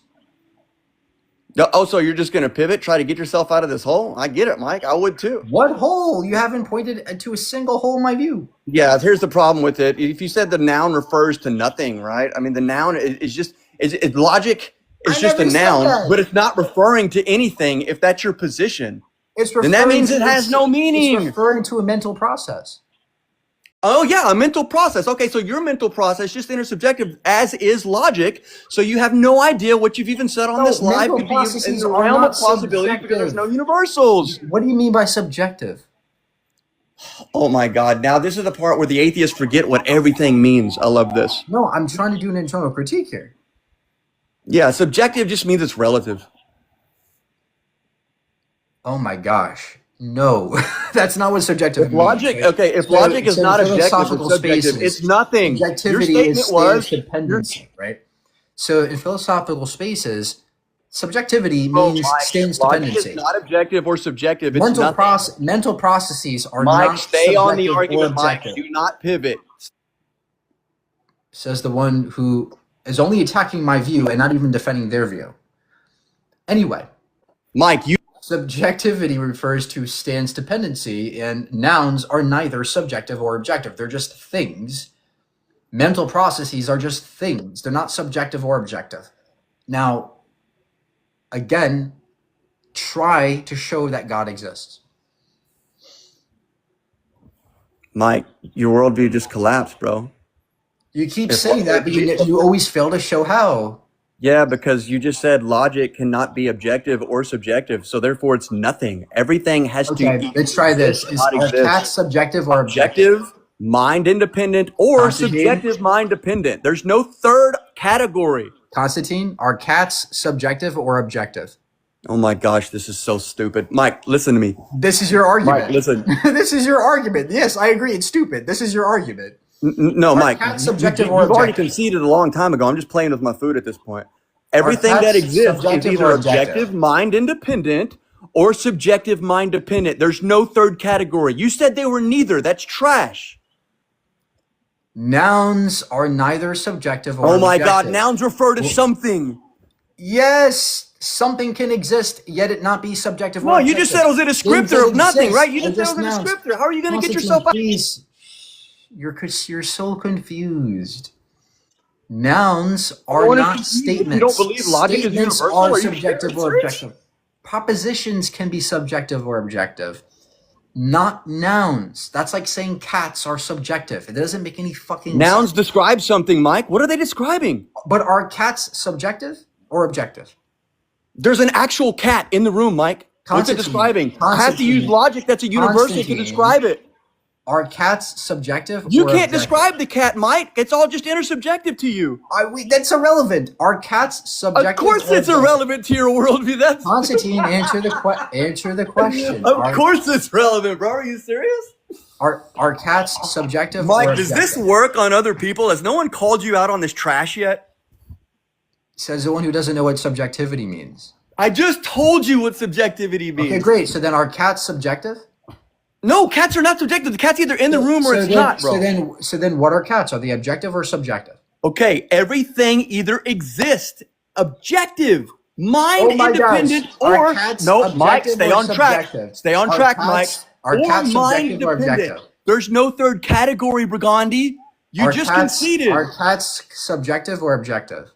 Okay, so therefore it's non-existent in your worldview. I've already answered that. What is your Can you argument? Can I answer the answer that question Can by you a stop third running? time? Can you stop running and answer the question? Are Dude, cats I've already subjective answered or it, bro. objective? Absolutely. In your worldview, there's no such thing as a cat, apparently, because logic's not universal. Are cats objective or subjective? Hey, is that going to change when your mind changes? Constantine, When your brain, hey, listen, Constantine, the cat's Constantine, gonna take on a new Constantine, universal let's when your try brain this again. changes. Let's try Oh this wait, there's again. no such thing as universals in Magandhi land. We Where don't is need this universals fictional for land? objects to exist. Let's try Where, this where, again. where does this world exist, Mike? What? Let's try this again. Are cats subjective or objective?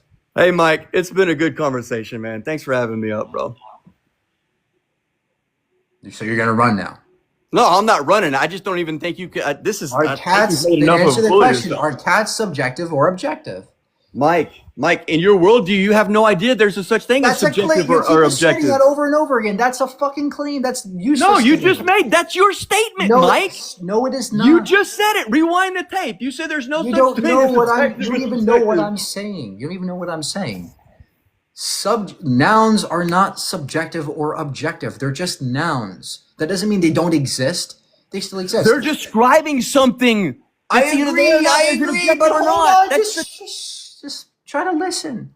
Subjectivity applies to statements or propositions, not nouns. Not Yeah, your whole nouns. worldview is subjective. I know what you mean. You don't know what you tomorrow your brain changes and so does logic. I get it.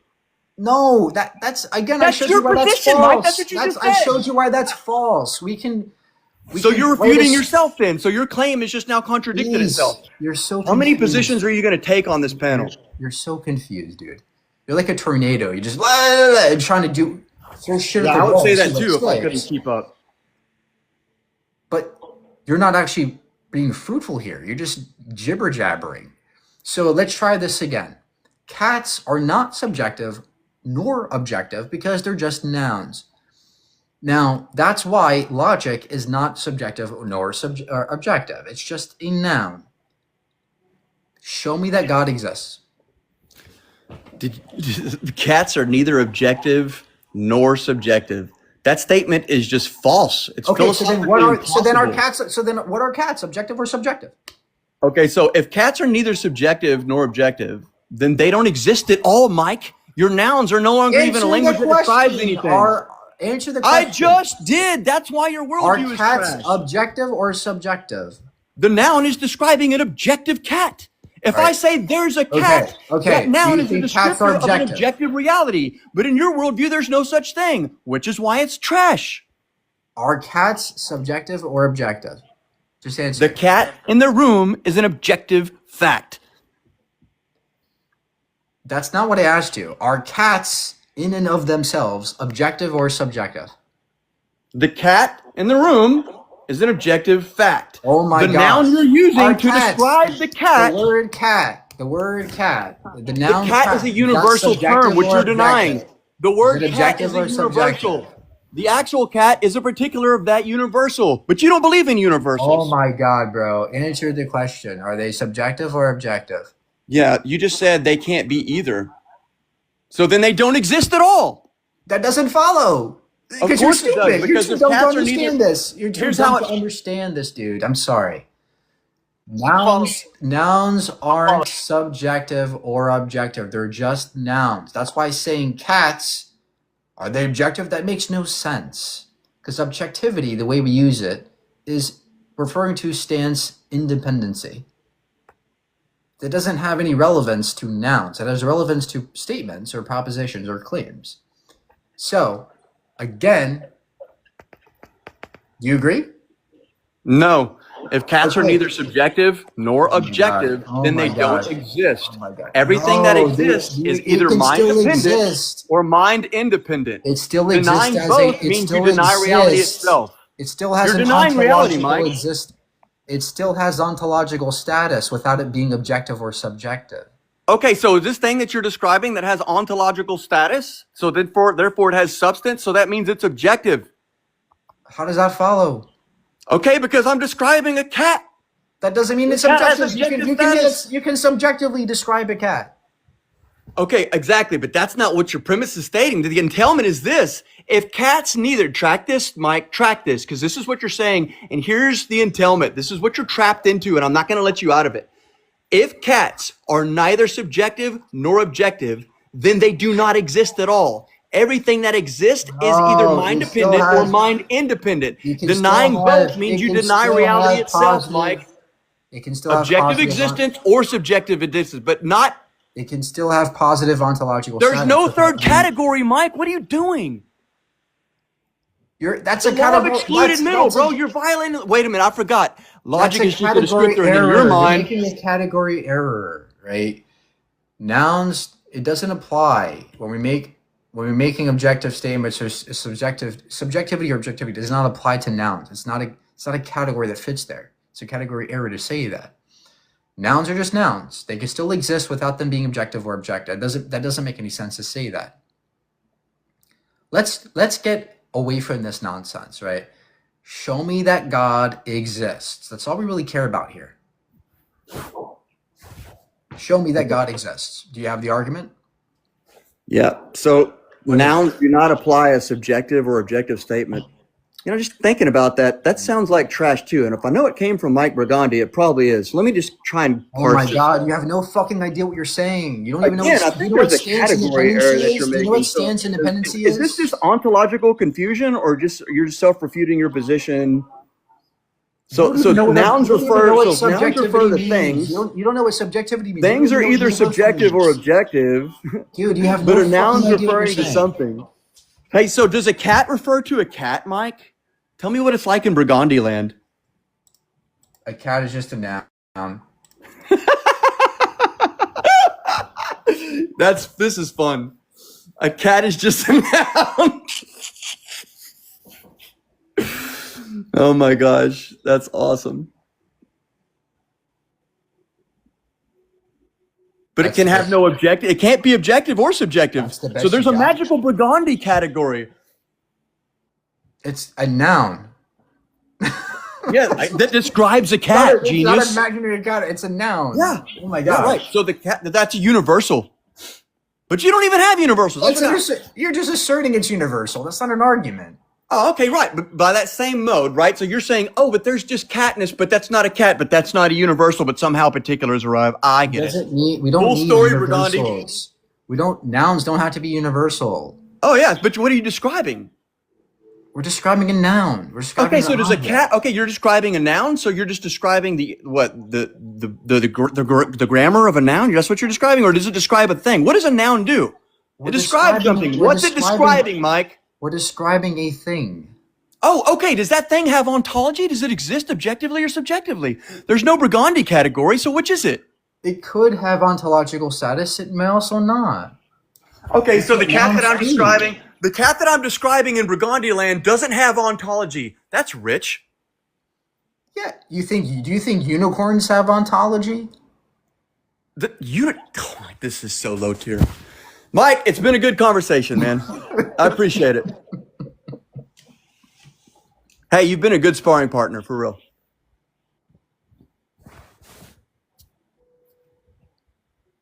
I thought you said I was so low tier. Oh, man, that's just TikTok rhetoric. You did pretty good. I like your hair, too. Look, there's a little passing gift, man. I know you're concerned about your hair. You got good hair. Got a good full head of hair, a lot of volume. I highly suggest you learn more about what universals mean and subjectivity. Yeah, I highly suggest.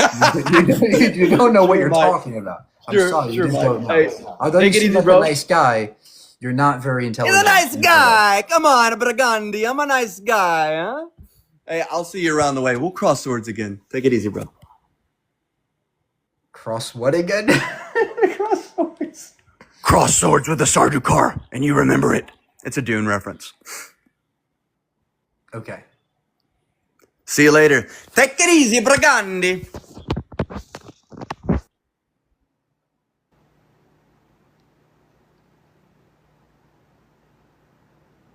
What the hell is that?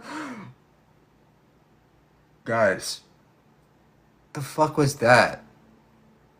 That was so embarrassing, man. Well, at least he had good intentions. He wasn't a bad person. It just did not have the ability to keep up with that. All right. Yeah, I'm going to probably go now. I'll answer some questions. What do you guys? If you guys have any questions, I'd be happy to take them. About anything you want to ask me. Mike has a full head of hair. Hell yeah.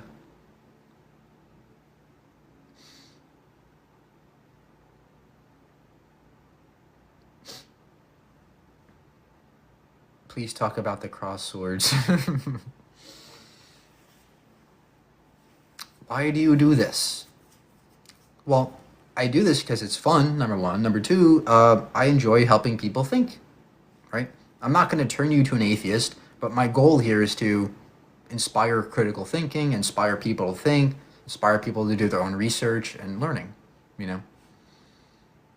Do you think religion will exist in 20 years? Yes. Religion will always exist, and that's okay. I'm not anti-religious. It's only certain kinds of religions that I don't like, that are very bigoted, that turn you into very create so much dogma. That's what I'm against. You know, I'm not against religion. I think it's a very human thing. It's just not. It can be very bad sometimes if used incorrectly. Do you think language is the key of misunderstanding? I don't know what that means. If God doesn't exist, why should I be vegan? Good question. The answer is you don't need God to do good or to have a moral ethics or moral principles in your life, right? I don't need God to tell me what to do. I can just be a good person. Why? Because I care about other people. I care about other animals. I have that empathy, right? I understand that animals are not just objects. There's someone. There's someone who deserves peace and love, and not harm and death. I don't need God for that.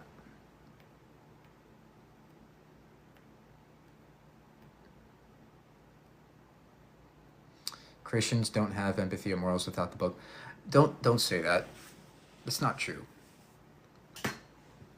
It's not exactly true.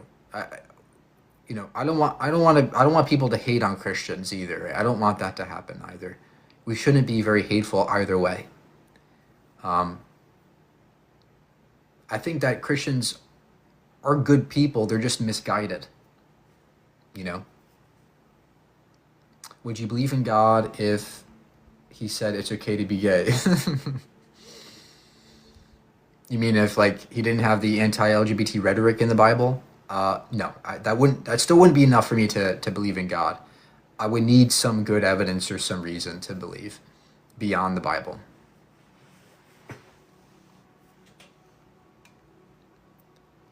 I went from atheist to anti-theist.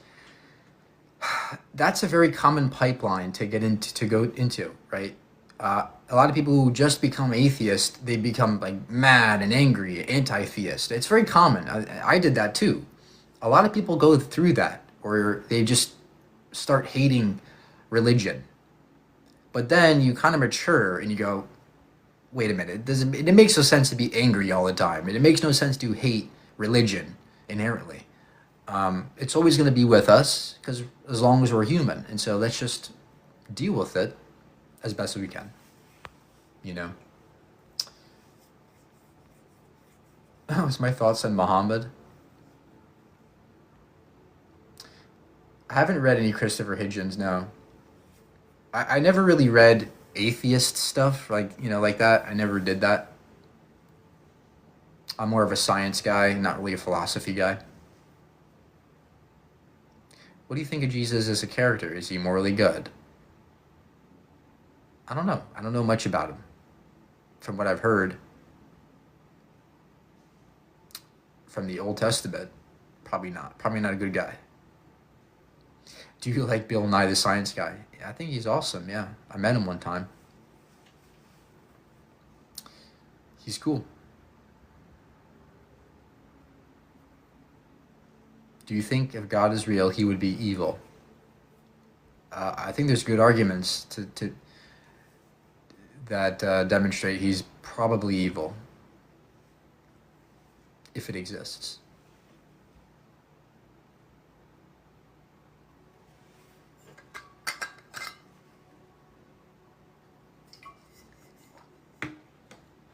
Thoughts on pantheism? I'm not big on that because to me it's kind of like ambiguous. It's not very clear. What is this being that, what are you talking about? The laws of physics is God? Like, that doesn't, to me it just makes sense to just be naturalist and say, yeah, everything's natural. It makes the most sense to me. But yeah, I don't really spend time talking to pantheists either. So to me, it's not really, if there's no God, we can't be evil. What do you mean? Who created the world? That's a great question. Who did this, right? We look around and we ask ourselves, well, if people make food, people make houses, people make everything we see, art, right? Who made the world? Well, the problem is that not everything needs a person to make it. Like trees and air and the earth. You don't need somebody to make these things, right? These are all the results of natural processes for which we understand a good degree about.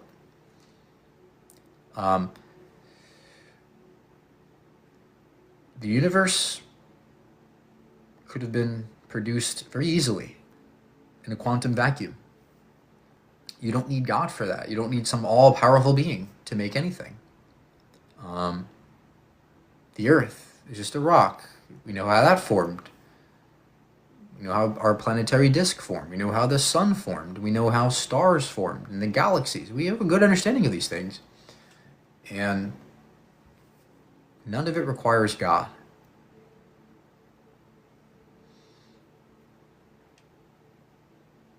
If God doesn't exist, what's the problem with hurting people? Well, the way I use my ethics is I use my brain and I look at how other people act and respond to my actions. In other words, if I punch you in the face and you go, ow, that hurts, my empathy is going to go, oh, holy crap, yeah, let's not do that again. I don't want to hurt that person because I know how it feels to hurt. And so I can do this analysis, and that's one of the bases. That's one of the bases of my morality, right? Empathy. Put myself in other people's shoes. And I go, yeah, I wouldn't want that to happen to them, so I treat them in the way I want to be treated, right? It's one of the very basic principles. Now, of course, it's much more complicated than that. As you expand this into a society with thousands of millions of people. But the point is, at the base level, it's just empathy. It's just having care for other people. And so I don't need God for that. I don't need to read the Bible to know not to murder. I can just do that by analyzing my surroundings. Is it a universal? I don't think universals exist. I'm a nominalist. I don't believe in universals. I don't think it makes sense to say that, because this bottle is green, that there's a greenness to the universe. I don't think there's a category of greenness in the world. I think that's just, the green is just a particular. We're just describing a certain entity. And there might be shared traits with other green things, but it doesn't mean that there's a greenness property that all green things have. And so that's why I'm a nominalist. Universals don't make sense to me.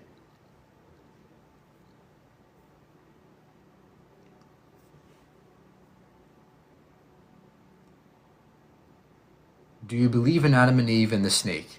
No. No. Firstly, the Adam and Eve can't exist. We know this because there was no first human.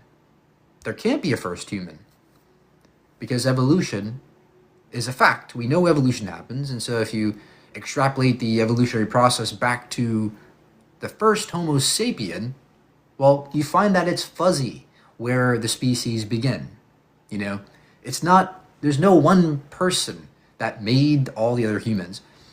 It's kind of like you go back to the first human you think is the first, and then there's somebody before that who looks very similar to that person, right? You could keep going back, and back, and there's always somebody before that. It's just that over time they get progressively different. And so there is no first person in the sense that, bam, this one person just suddenly appeared and made it.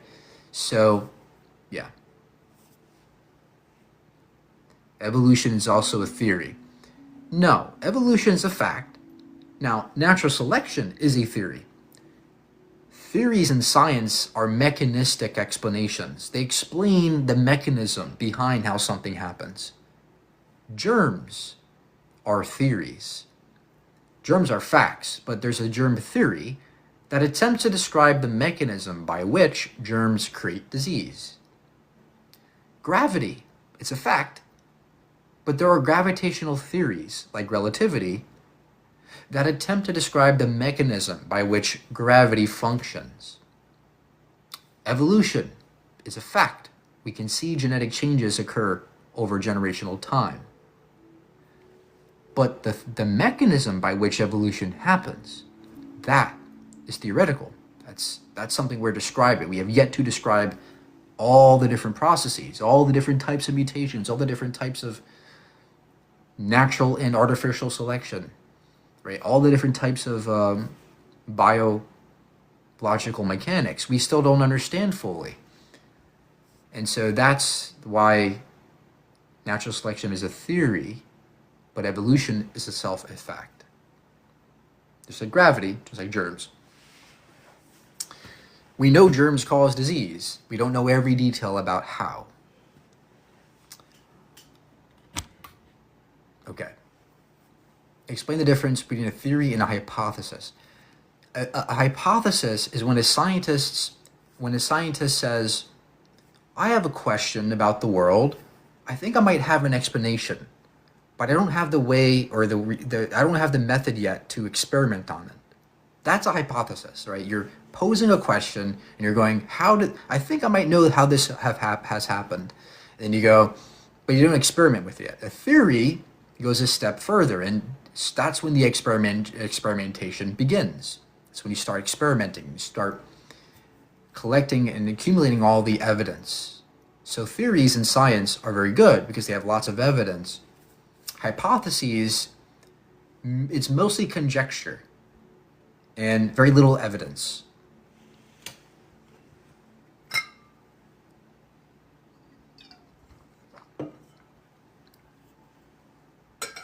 scientific law is nothing but a description of how things happen. A description in which we know conclusively that, yeah, this is going to happen if this happens. If this happens, X will occur. Right? That's a law. So there's different degrees of understanding in science, in the world. Evolution itself has not been proven. They have evidence there's not proof of evolution. So evolution happens, we know for a fact, because of several reasons. Number one, we can see the fossil record. We can dig up the ground and we can see fossils. We can date them in the geological layers, and we find that there is a evolutionary sequence. For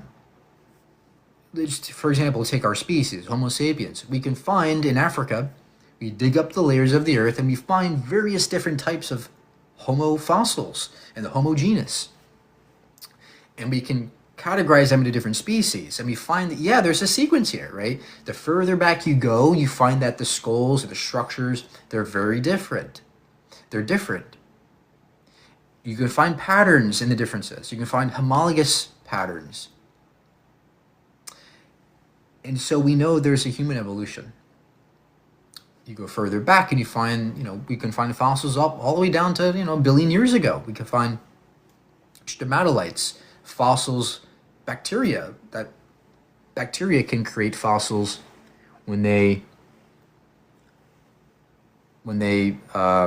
chemically change rocks.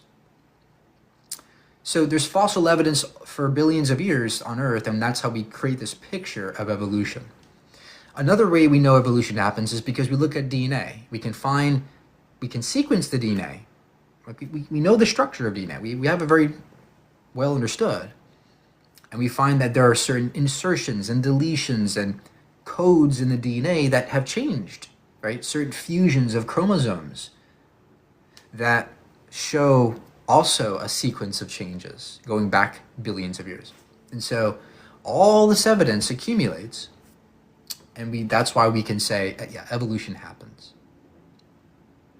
In fact, we've also done it in a lab setting with bacteria, E. coli.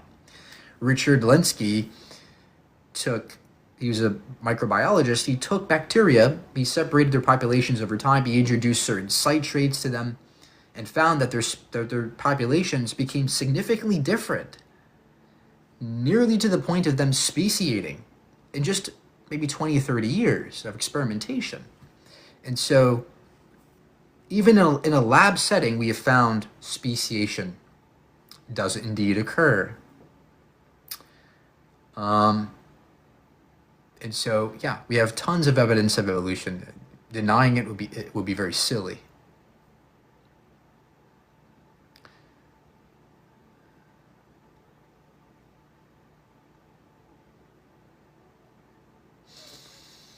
Can't God exist outside of what you know? So that's a great question. Well, Mike, you don't know everything, so why couldn't God exist in the things you don't know? Well, it all depends on what you mean by God. If you think God is a bottle of water, well, then of course God's real, right? But if you think God is all-powerful, omniscient, he gives us free will, he does all these things, well, you can find contradictions in that. Sometimes you can find logical inconsistencies which render that thing impossible. And so we can definitely say that, yeah, this God, depending on what you mean by it, is not possible. And so even though I don't know everything, I can still say certain things like God doesn't exist because of logical problems. Just like, for example, it's like a square circle, right? Like, I don't know everything about the universe, but I still know that square circles can't exist. Why? Because there's a logical issue with that, right? Squares and circles are two vastly contradictory things, so they can't be the same. Or a married bachelor, right? It's just not possible for those things to happen definitionally. And so that's why we can say, even though we don't know everything, some things can't happen.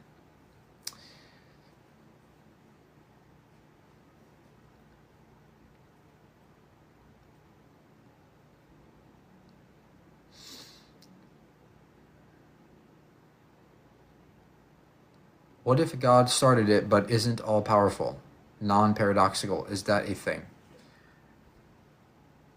Yeah, this is a good point, right? What if, what if I just get rid of all the contradictions and I just say God is logical? Great. But so are unicorns and aliens and, Bigfoot. There's a point at which you arrive where it's like you reduce this thing to such ridiculousness that it seems silly for it to exist, right? Like Bigfoot and unicorns, right? Even though they're logical, there's they're not very sound. There's no actual evidence, empirics behind that. So yeah, you're going to reduce your God to something that is just, that this is a problem, I think, for theists.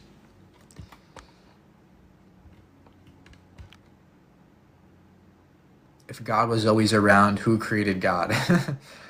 Well, the theist is just going to say, well, God was always there, right? We can grant them that, right? We can just say, yeah, God could have always been there. But that doesn't answer how you know that God exists. Because we can just say the universe is always there, right? We just say the universe always was, bingo. We don't need God.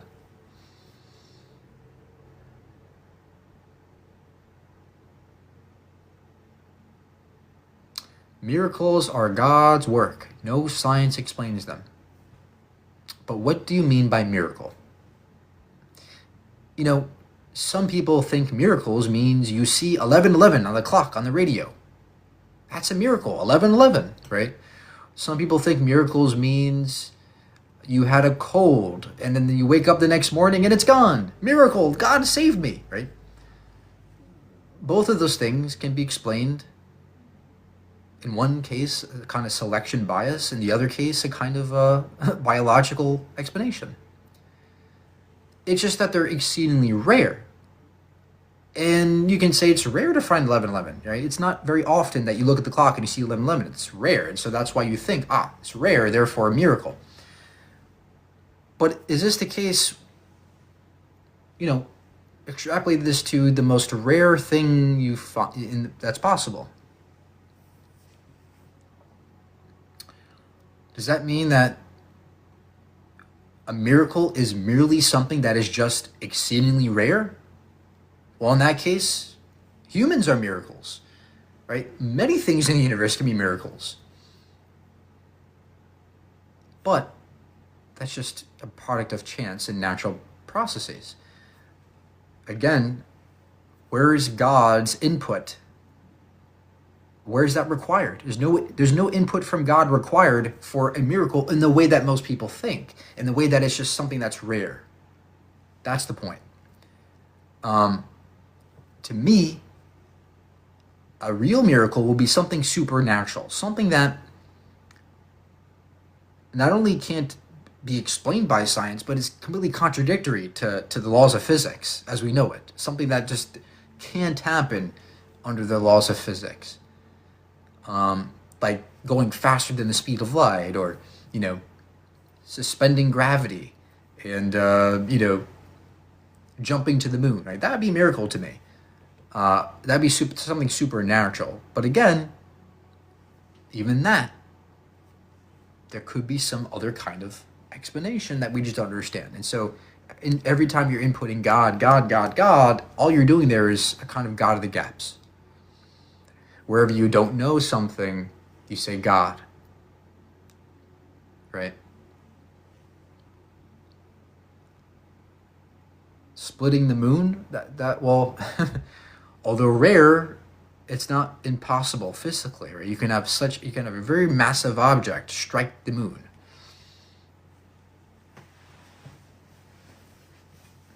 But it wouldn't split in two. That's not possible for that to split in two, right? It's not like a pancake, right? The moon isn't like a pancake. It's highly concentrated, but low density rock. And so it's kind of porous. And so it wouldn't break the way you think it is. It does.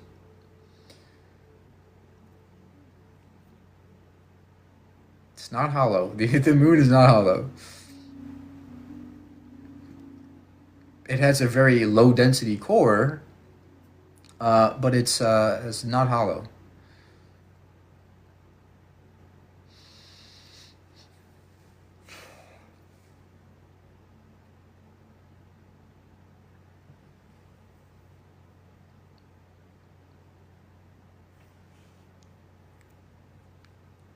My eyes are itchy.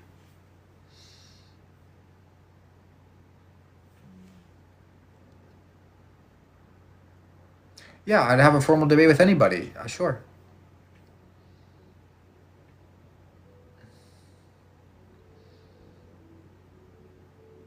Look, to me, no person I've ever met or heard of has any good argument for God. And I'm very confident that I could defend that. I'm very confident that I can defend atheism. So, to me, I don't see it as a challenge. The only challenge is when people like Constantine, for example, very disingenuous people, they try to grandstand and try to overtalk and make themselves look all good and arrogant. That's the problem when you get that kind of the arrogant people who don't listen. They suffer the Dunning-Kruger. We all experience this, but that's the only problem with religious people.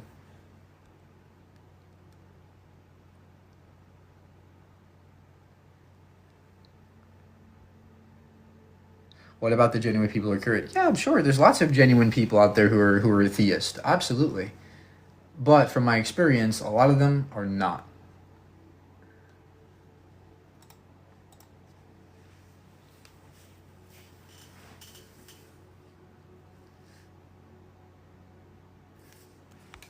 Let me put the microphone on so you guys can...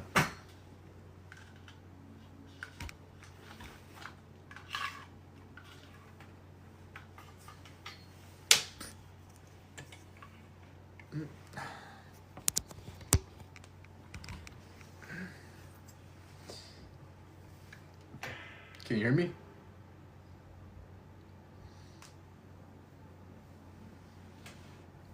Can y'all hear me? Was Jesus crucified? I don't know. I don't think he actually existed. And if he did, probably. Many people were crucified, unfortunately. You know, a lot of people were back then. What makes more sense, to be honest, Islam or Christianity? That's like saying, you know, which flavor of poop tastes better? They're all bad, right? They all don't make sense.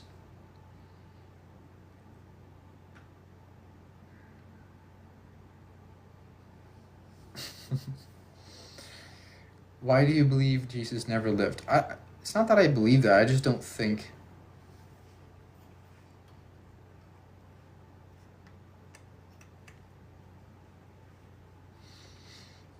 Is it better now?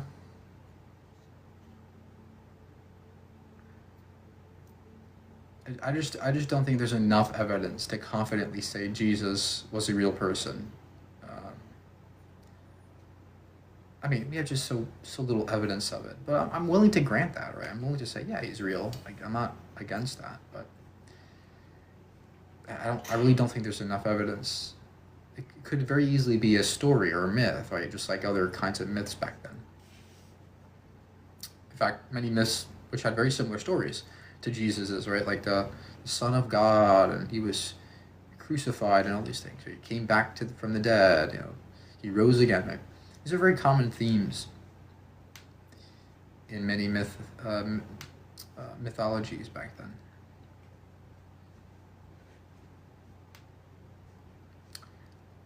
Can something come from nothing? Still not connected? What's going on? Hello, hello, hello. Is it working? Is it changing? Is it working? Hello, hello, hello, hello, hello, hello, hello, hello.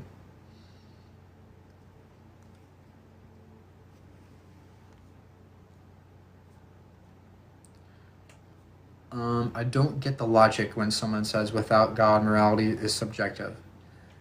Well, yeah, they're going to say that because they think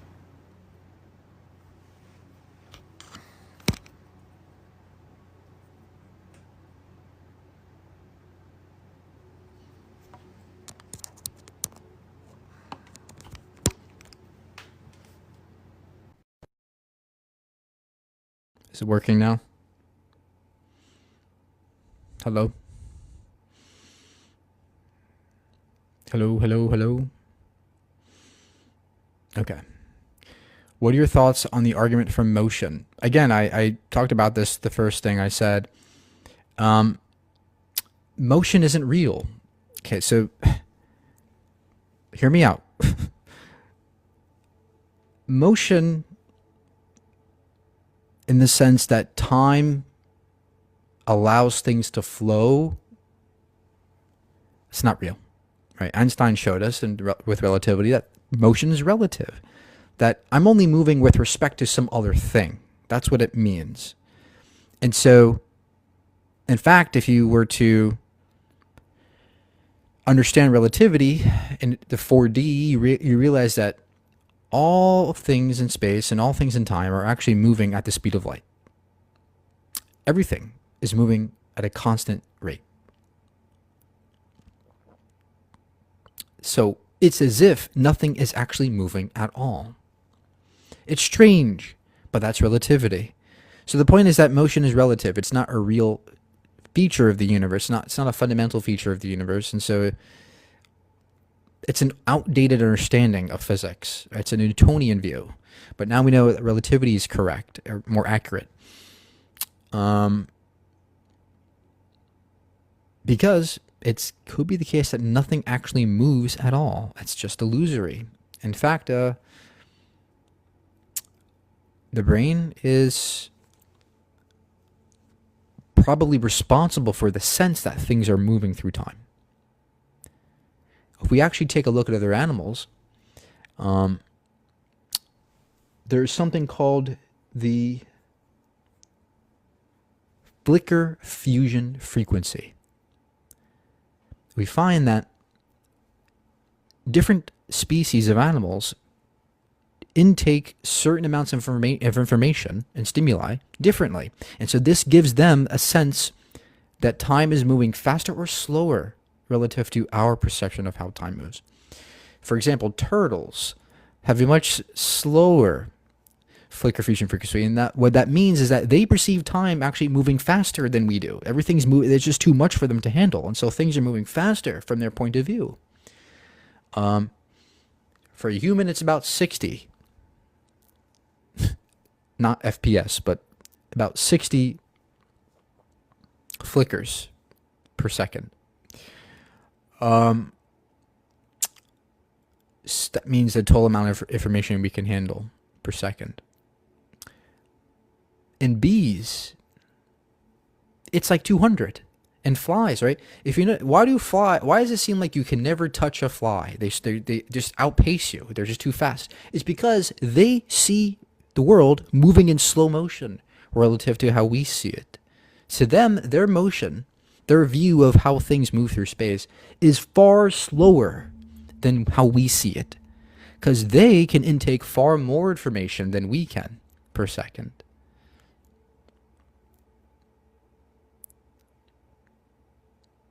And so what this signifies is that time doesn't actually flow in any objective sense. It's an illusion of flow. And this hints to Einstein's relativity. This hints to a more fundamental feature that tells us, yeah, there probably isn't anything really moving. It's strange. It's weird. It boggles the mind, but it's plausible. Right? Just like black holes. And no, that doesn't mean flies are smarter than humans. No, not at all. It doesn't mean that flies are smarter. It just means that their configuration, their biological configuration, is more capable in intaking information from the world. They're more adapted to that. Our brains are not. And if you think about it, it makes perfect sense. Right? Bees are going from flower to flower. Their flies are going from thing to thing. Constantly. They're constantly moving. Constantly. So they have to be able to adapt to that speed. Turtles, they just sit down and do nothing all day. Right? They literally just lay in the sun and they sit in their shells. And so they don't need as much to process. It's very, very strange. But it's real. It really happens. We can measure this. And again, the more you investigate science, right, the more you learn about science, the more it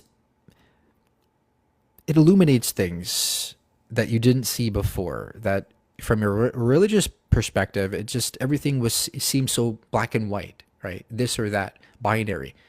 When you understand science, you're able to understand all the nuance, all the details, all the finer details. And that kind of makes you go, yeah, there's more to this than just what I thought. It's more than just, yeah, God made us in 6 days and everything's great. I mean, there's more to it. The universe is far stranger than it seems. Right? And I think that humans, we try to constantly try to erase these fears by making things simple. We love to do that. We love to make things black and white. God or no God, right? Republican, Democrat. Everything's binary. Male, female, woman, man. That's it, right? There's no in between. If you notice, we hate it. Humans hate it when we have to understand the finer details. So we have to understand the nuance. We don't like that. We just want things to be simple. And that's why I am extra cautious when I go to believe in God. Right? I'm extra cautious because I know that humans, we don't want things to be complicated, but they are. And so that's why I'm extra cautious before I believe in God. Another thing we do as humans, we want to be the center of everything. We love to be the center of everything, right? Humans are the best animal. Maybe we're animals, but we're the best of them, right? For the longest time, people thought humans were not animals, or some other different thing. That's what the Bible says. But then when we learn that we are animals, we're like, oh, well, maybe we're at least we're the best of the animals. We're the smartest, right? Or when they were learning about the solar system, right? Like, well, the Earth is the center. It's got to be. And then we found, oh, no, it's not. Like, well, maybe we're kind of in the center, right? The sun's right next to us. So, yeah, we're kind of in the center of the universe. And then we realize there's other galaxies. I'm like, oh, man, right? So the point is that science makes you go through this. Science kind of forces you to accept the demotions that humanity has previously rejected, right? We think of ourselves so highly, but when we look at the universe, look at the cosmic perspective, or we're just a tiny dot, that all goes away. So again, all these things, we hate being tiny, we hate being insignificant, we hate being, we hate all the complexities, we hate it. And so that's why people are so easily attracted to the God thing.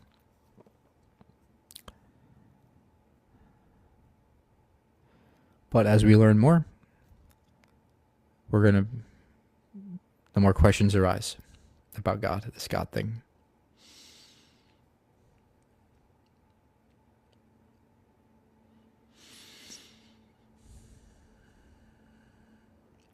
If there is no God, why does the universe obey laws instead of chaos?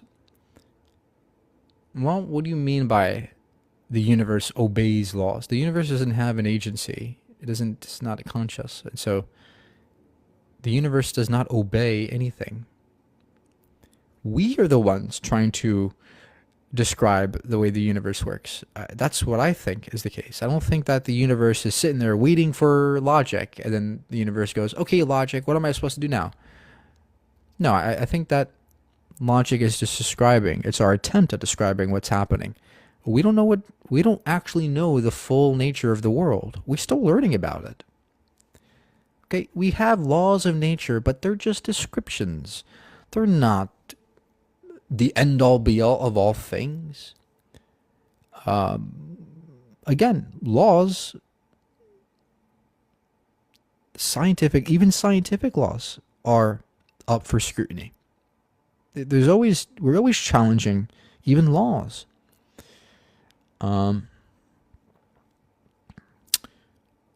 Nothing is exempt from scrutiny or criticism, even in the realms of scientific laws. And so, again, when you say, well, the universe follows laws, but I think there's far more to it than we think. Nothing is genuinely believable. Look, whether there is a God or there isn't, it's insane that we exist. It's crazy. It's remarkable. It really is. It gets you thinking. It gets you, it's this existential mode you're in, right? Oh, why are we here? What's our purpose? And so, whether or not there's a God, it's remarkable that we exist. So, the point here is that adding God to the equation doesn't take away from that. It doesn't erase the mystery. It doesn't get rid of the ignorance. So what are we left to do? What we're left to do is, instead of saying the universe must do this, we just sit back, watch it happen, and try to learn as much as we can from it. And instead of imposing our own view on it and saying the universe must be godly, it must be conscious, why not just poke it and see what happens, right? That's what science is doing. That's why science is so good and so fruitful, because it's not imposing its own views on the world. It's carefully examining and investigating the world as it is, without any of our ideologies are in the way. That's the beauty of science. That's why it's so fruitful. And so that's one of the best approaches. That's why science is one of the best things. Because it teaches us a lot without us trying to teach the universe. Like we've done for centuries, trying to teach how the world is supposed to be. But why not we just sit, wait, and learn from it? We've never been on the moon. The sun and the moon are a local. Okay, so we have been to the moon. In fact, I was going to make a video about that, right? All the evidence we've been to the moon. We have moon rocks from the moon. How do we know they're moon rocks? Well, we look at them with microscopes and we find micro impacts. Uber small, super duper small, microscopic craters. How did that happen? We don't see this on rocks on Earth because there's an atmosphere. And even the smallest dust particle from space, it can reach the surface of the moon. But on Earth, that particle does not reach the surface. It gets either lofted away or burns away into vapor. And so the point is that moon rock could only come from somewhere where there's no air. There's a rock there, okay? And it looks like the moon, and it has all the stuff from the moon. If you examine the rock, it's made of moon stuff. Okay, you can know what the moon's made of without being there. You look at it through telescopes. You can examine the material by looking at it through telescopes. And so, yes, we look at all these things and we go, yeah, it's probably from the moon. That's evidence we've been to the moon. Okay, we can also see the rovers and the footprints with certain space telescopes. We can see, we have, countless hours of footage and video. We have videos of astronauts on the moon on the rovers, right? On the machine, on the cars, essentially, that are spinning in the dirt, and the dirt is being lofted up into the air, and it's not doing what it does on Earth. It's staying up there for a little bit, and it's acting differently. You can't fake that. You can't Photoshop that, right? Or how about examples when they took those plastic bags and they threw them in the air? Well, on Earth, the plastic bags, they kind of float a little bit because of air resistance. But on the moon, they don't. They just right down. There's no air on the moon, right? You can't fake that. You can't fake dropping plastic bags in 1969. You can't fake that. In fact, it would take so much more effort to fake that than just to go to the damn moon. It's not that far away, guys. You can be in the moon. You can go to the moon in like 2 days. 2 days on a rocket. You get there. It's not that far away. It's dangerous, but it's not that far away. It's not that big of a deal to recognize, yeah, we've been to the moon. The only skeptics here are the ones who they already have preconceived beliefs that space isn't real and that you can't pass the Ellen belt and all this nonsense.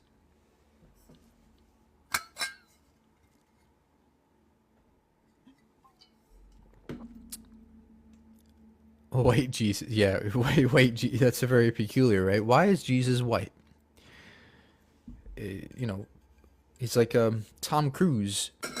In all the photos we have, he looks like Tom Cruise. Why doesn't he look like somebody from the Middle East who was typical of that time?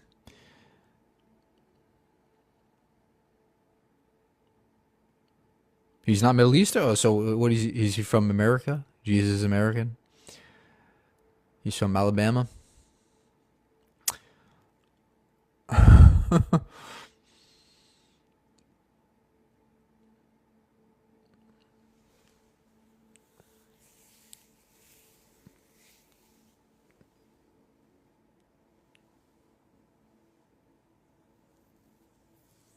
He's Italian? Jesus, he's Italian. Hey, what are you doing? Putting me on the cross? Don't do it. Don't do that.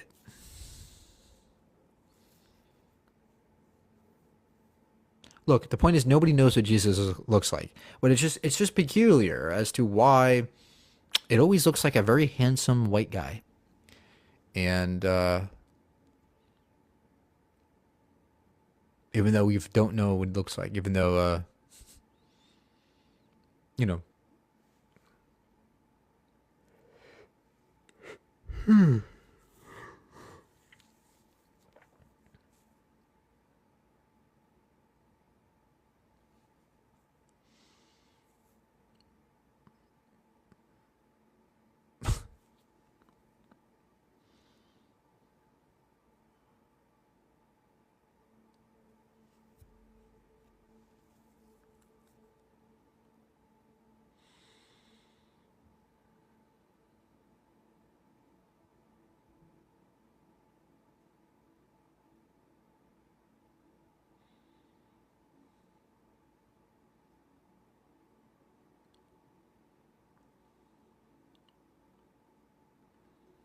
Jesus is Mexican. He's live on TikTok every day. Jesus.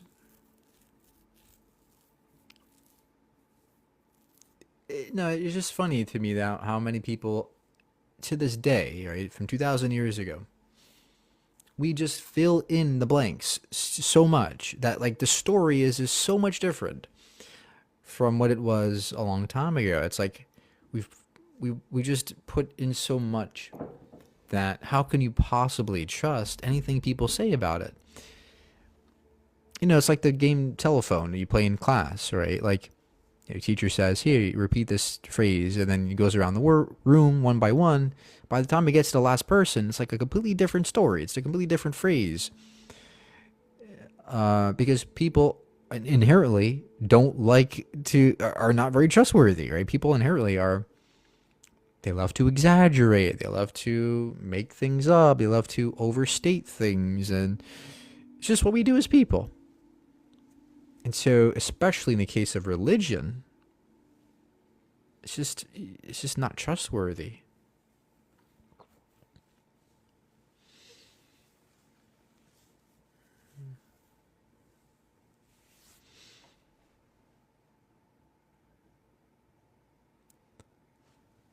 How can anyone prove you wrong if you just sit there playing with your hair? Well, I've already debated several people today. I'm tired and gonna probably leave in a few minutes.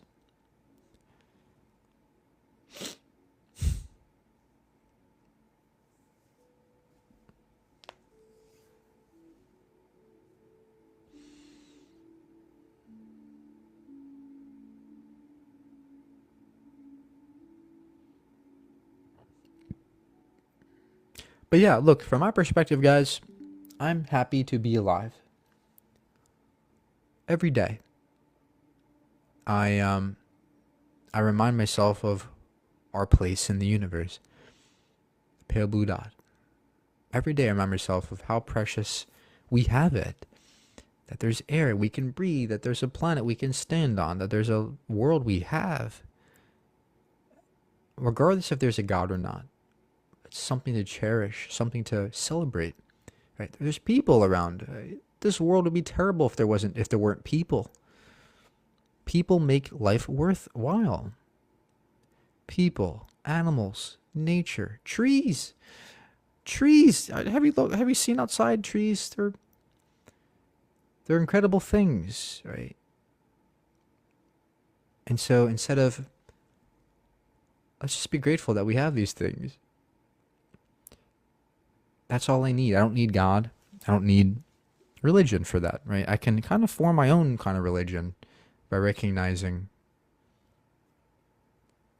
the good and bad in the world and just accepting it and just accepting as it is without saying it has to be from a religious point of view. I have to get to heaven, right? All these expectations about getting to heaven. Am I going to make it? Is there Jesus? Is there God? Did I wear this garment the right way? Did I marry the right person? All these expectations that build up throughout our lives because of religion.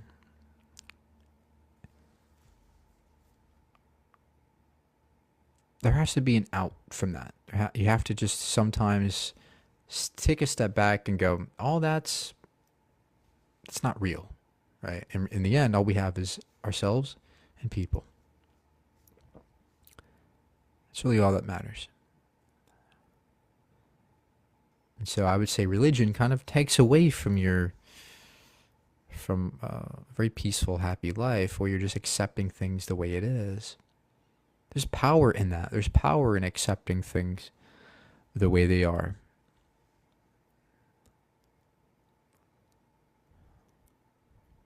It's hard. It's hard to accept that we don't go to an afterlife, that we don't get another chance after this. It's hard to accept that.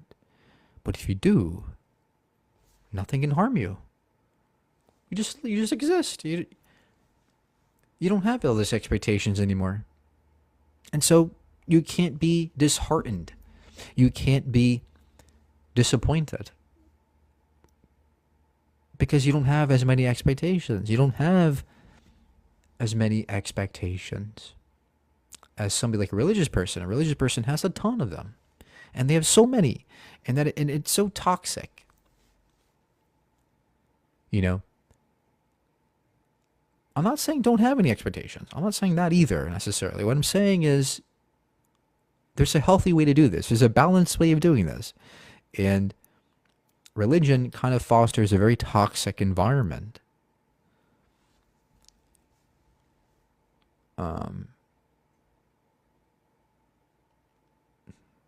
Even though they say it's not depressing. See, from your point of view, it's depressing because you think that you expect so many things. Again, you Or if you think this is depressing, you are expecting so many things from the universe. You expect it to be and conform to your preferences. You expect it to shape into what you want it to be. Right? You're expecting it to be something. You expect a God. You expect an afterlife. You expect it to love you. You expect a relationship with it. You expect the Bible to be true. You expect the Quran to be true. You expect all these things. You expect other people to behave in your way, your religious way. There's so many expectations, and it's just too much for one person to handle. It's too much for one person. And you might not see that because you're in that paradigm, you're in that bubble. You've never seen out of it. But I'm here to show you that there is a way out of it. There is a perspective beyond that. And that's my perspective, where I throw that all away and say there's just a world and all we have is this, and that's all that matters. And you might see it as depressing, but to me it's freeing. It's freeing to be just alive. Yeah, it's too much. It's too much, especially with religion.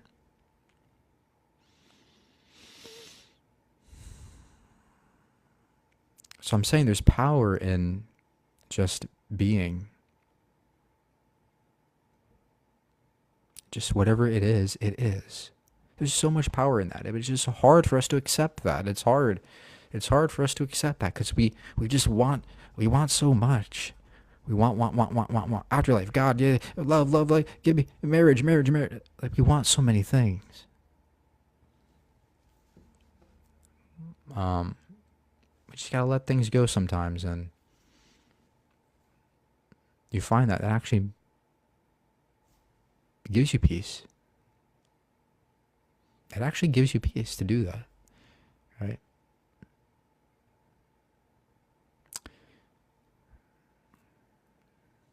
It's just hard to get there. It's hard to get over that hump of going from religion to non-religion.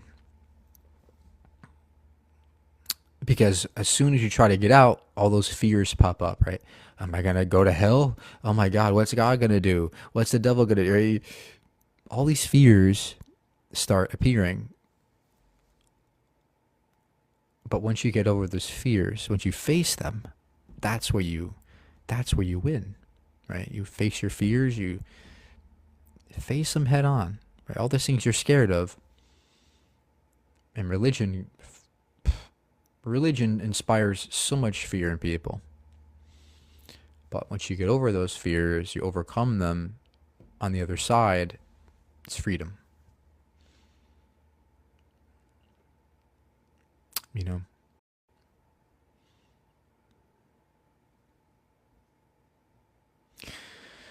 Mike, I respect you, but not all Christians ask for things every time. We must be grateful. Well, what I'm saying is, look, I'm not saying that you're sitting there saying all these things. What I'm saying is, subconsciously, what comes from your religion is all these expectations, right? What comes with it,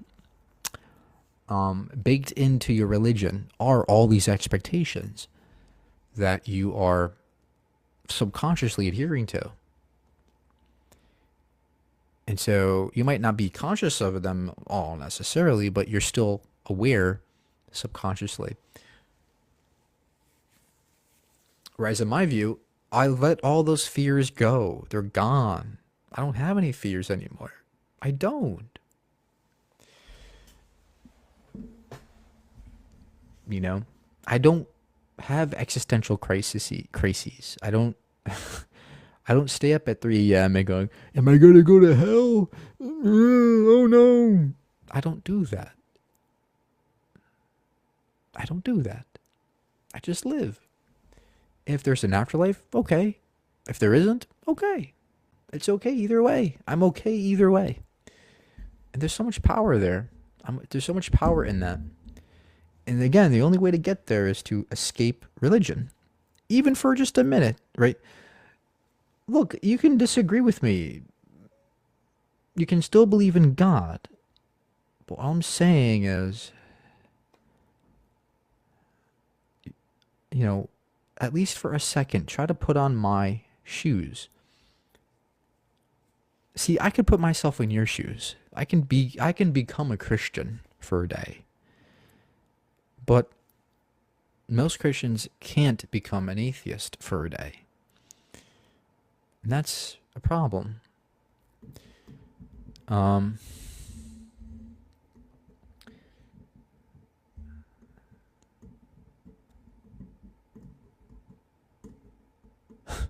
God tried to enter me without consent.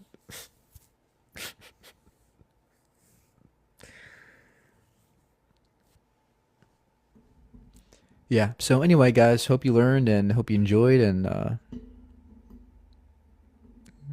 hope I didn't spark any existential crises in you.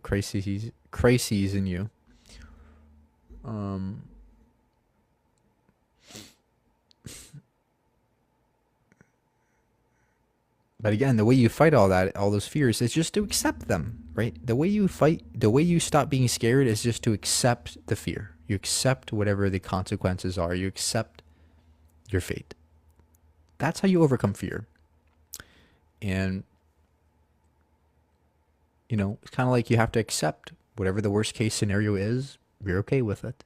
It's okay. It's okay to be okay, right? So just remember that. It's going to be okay.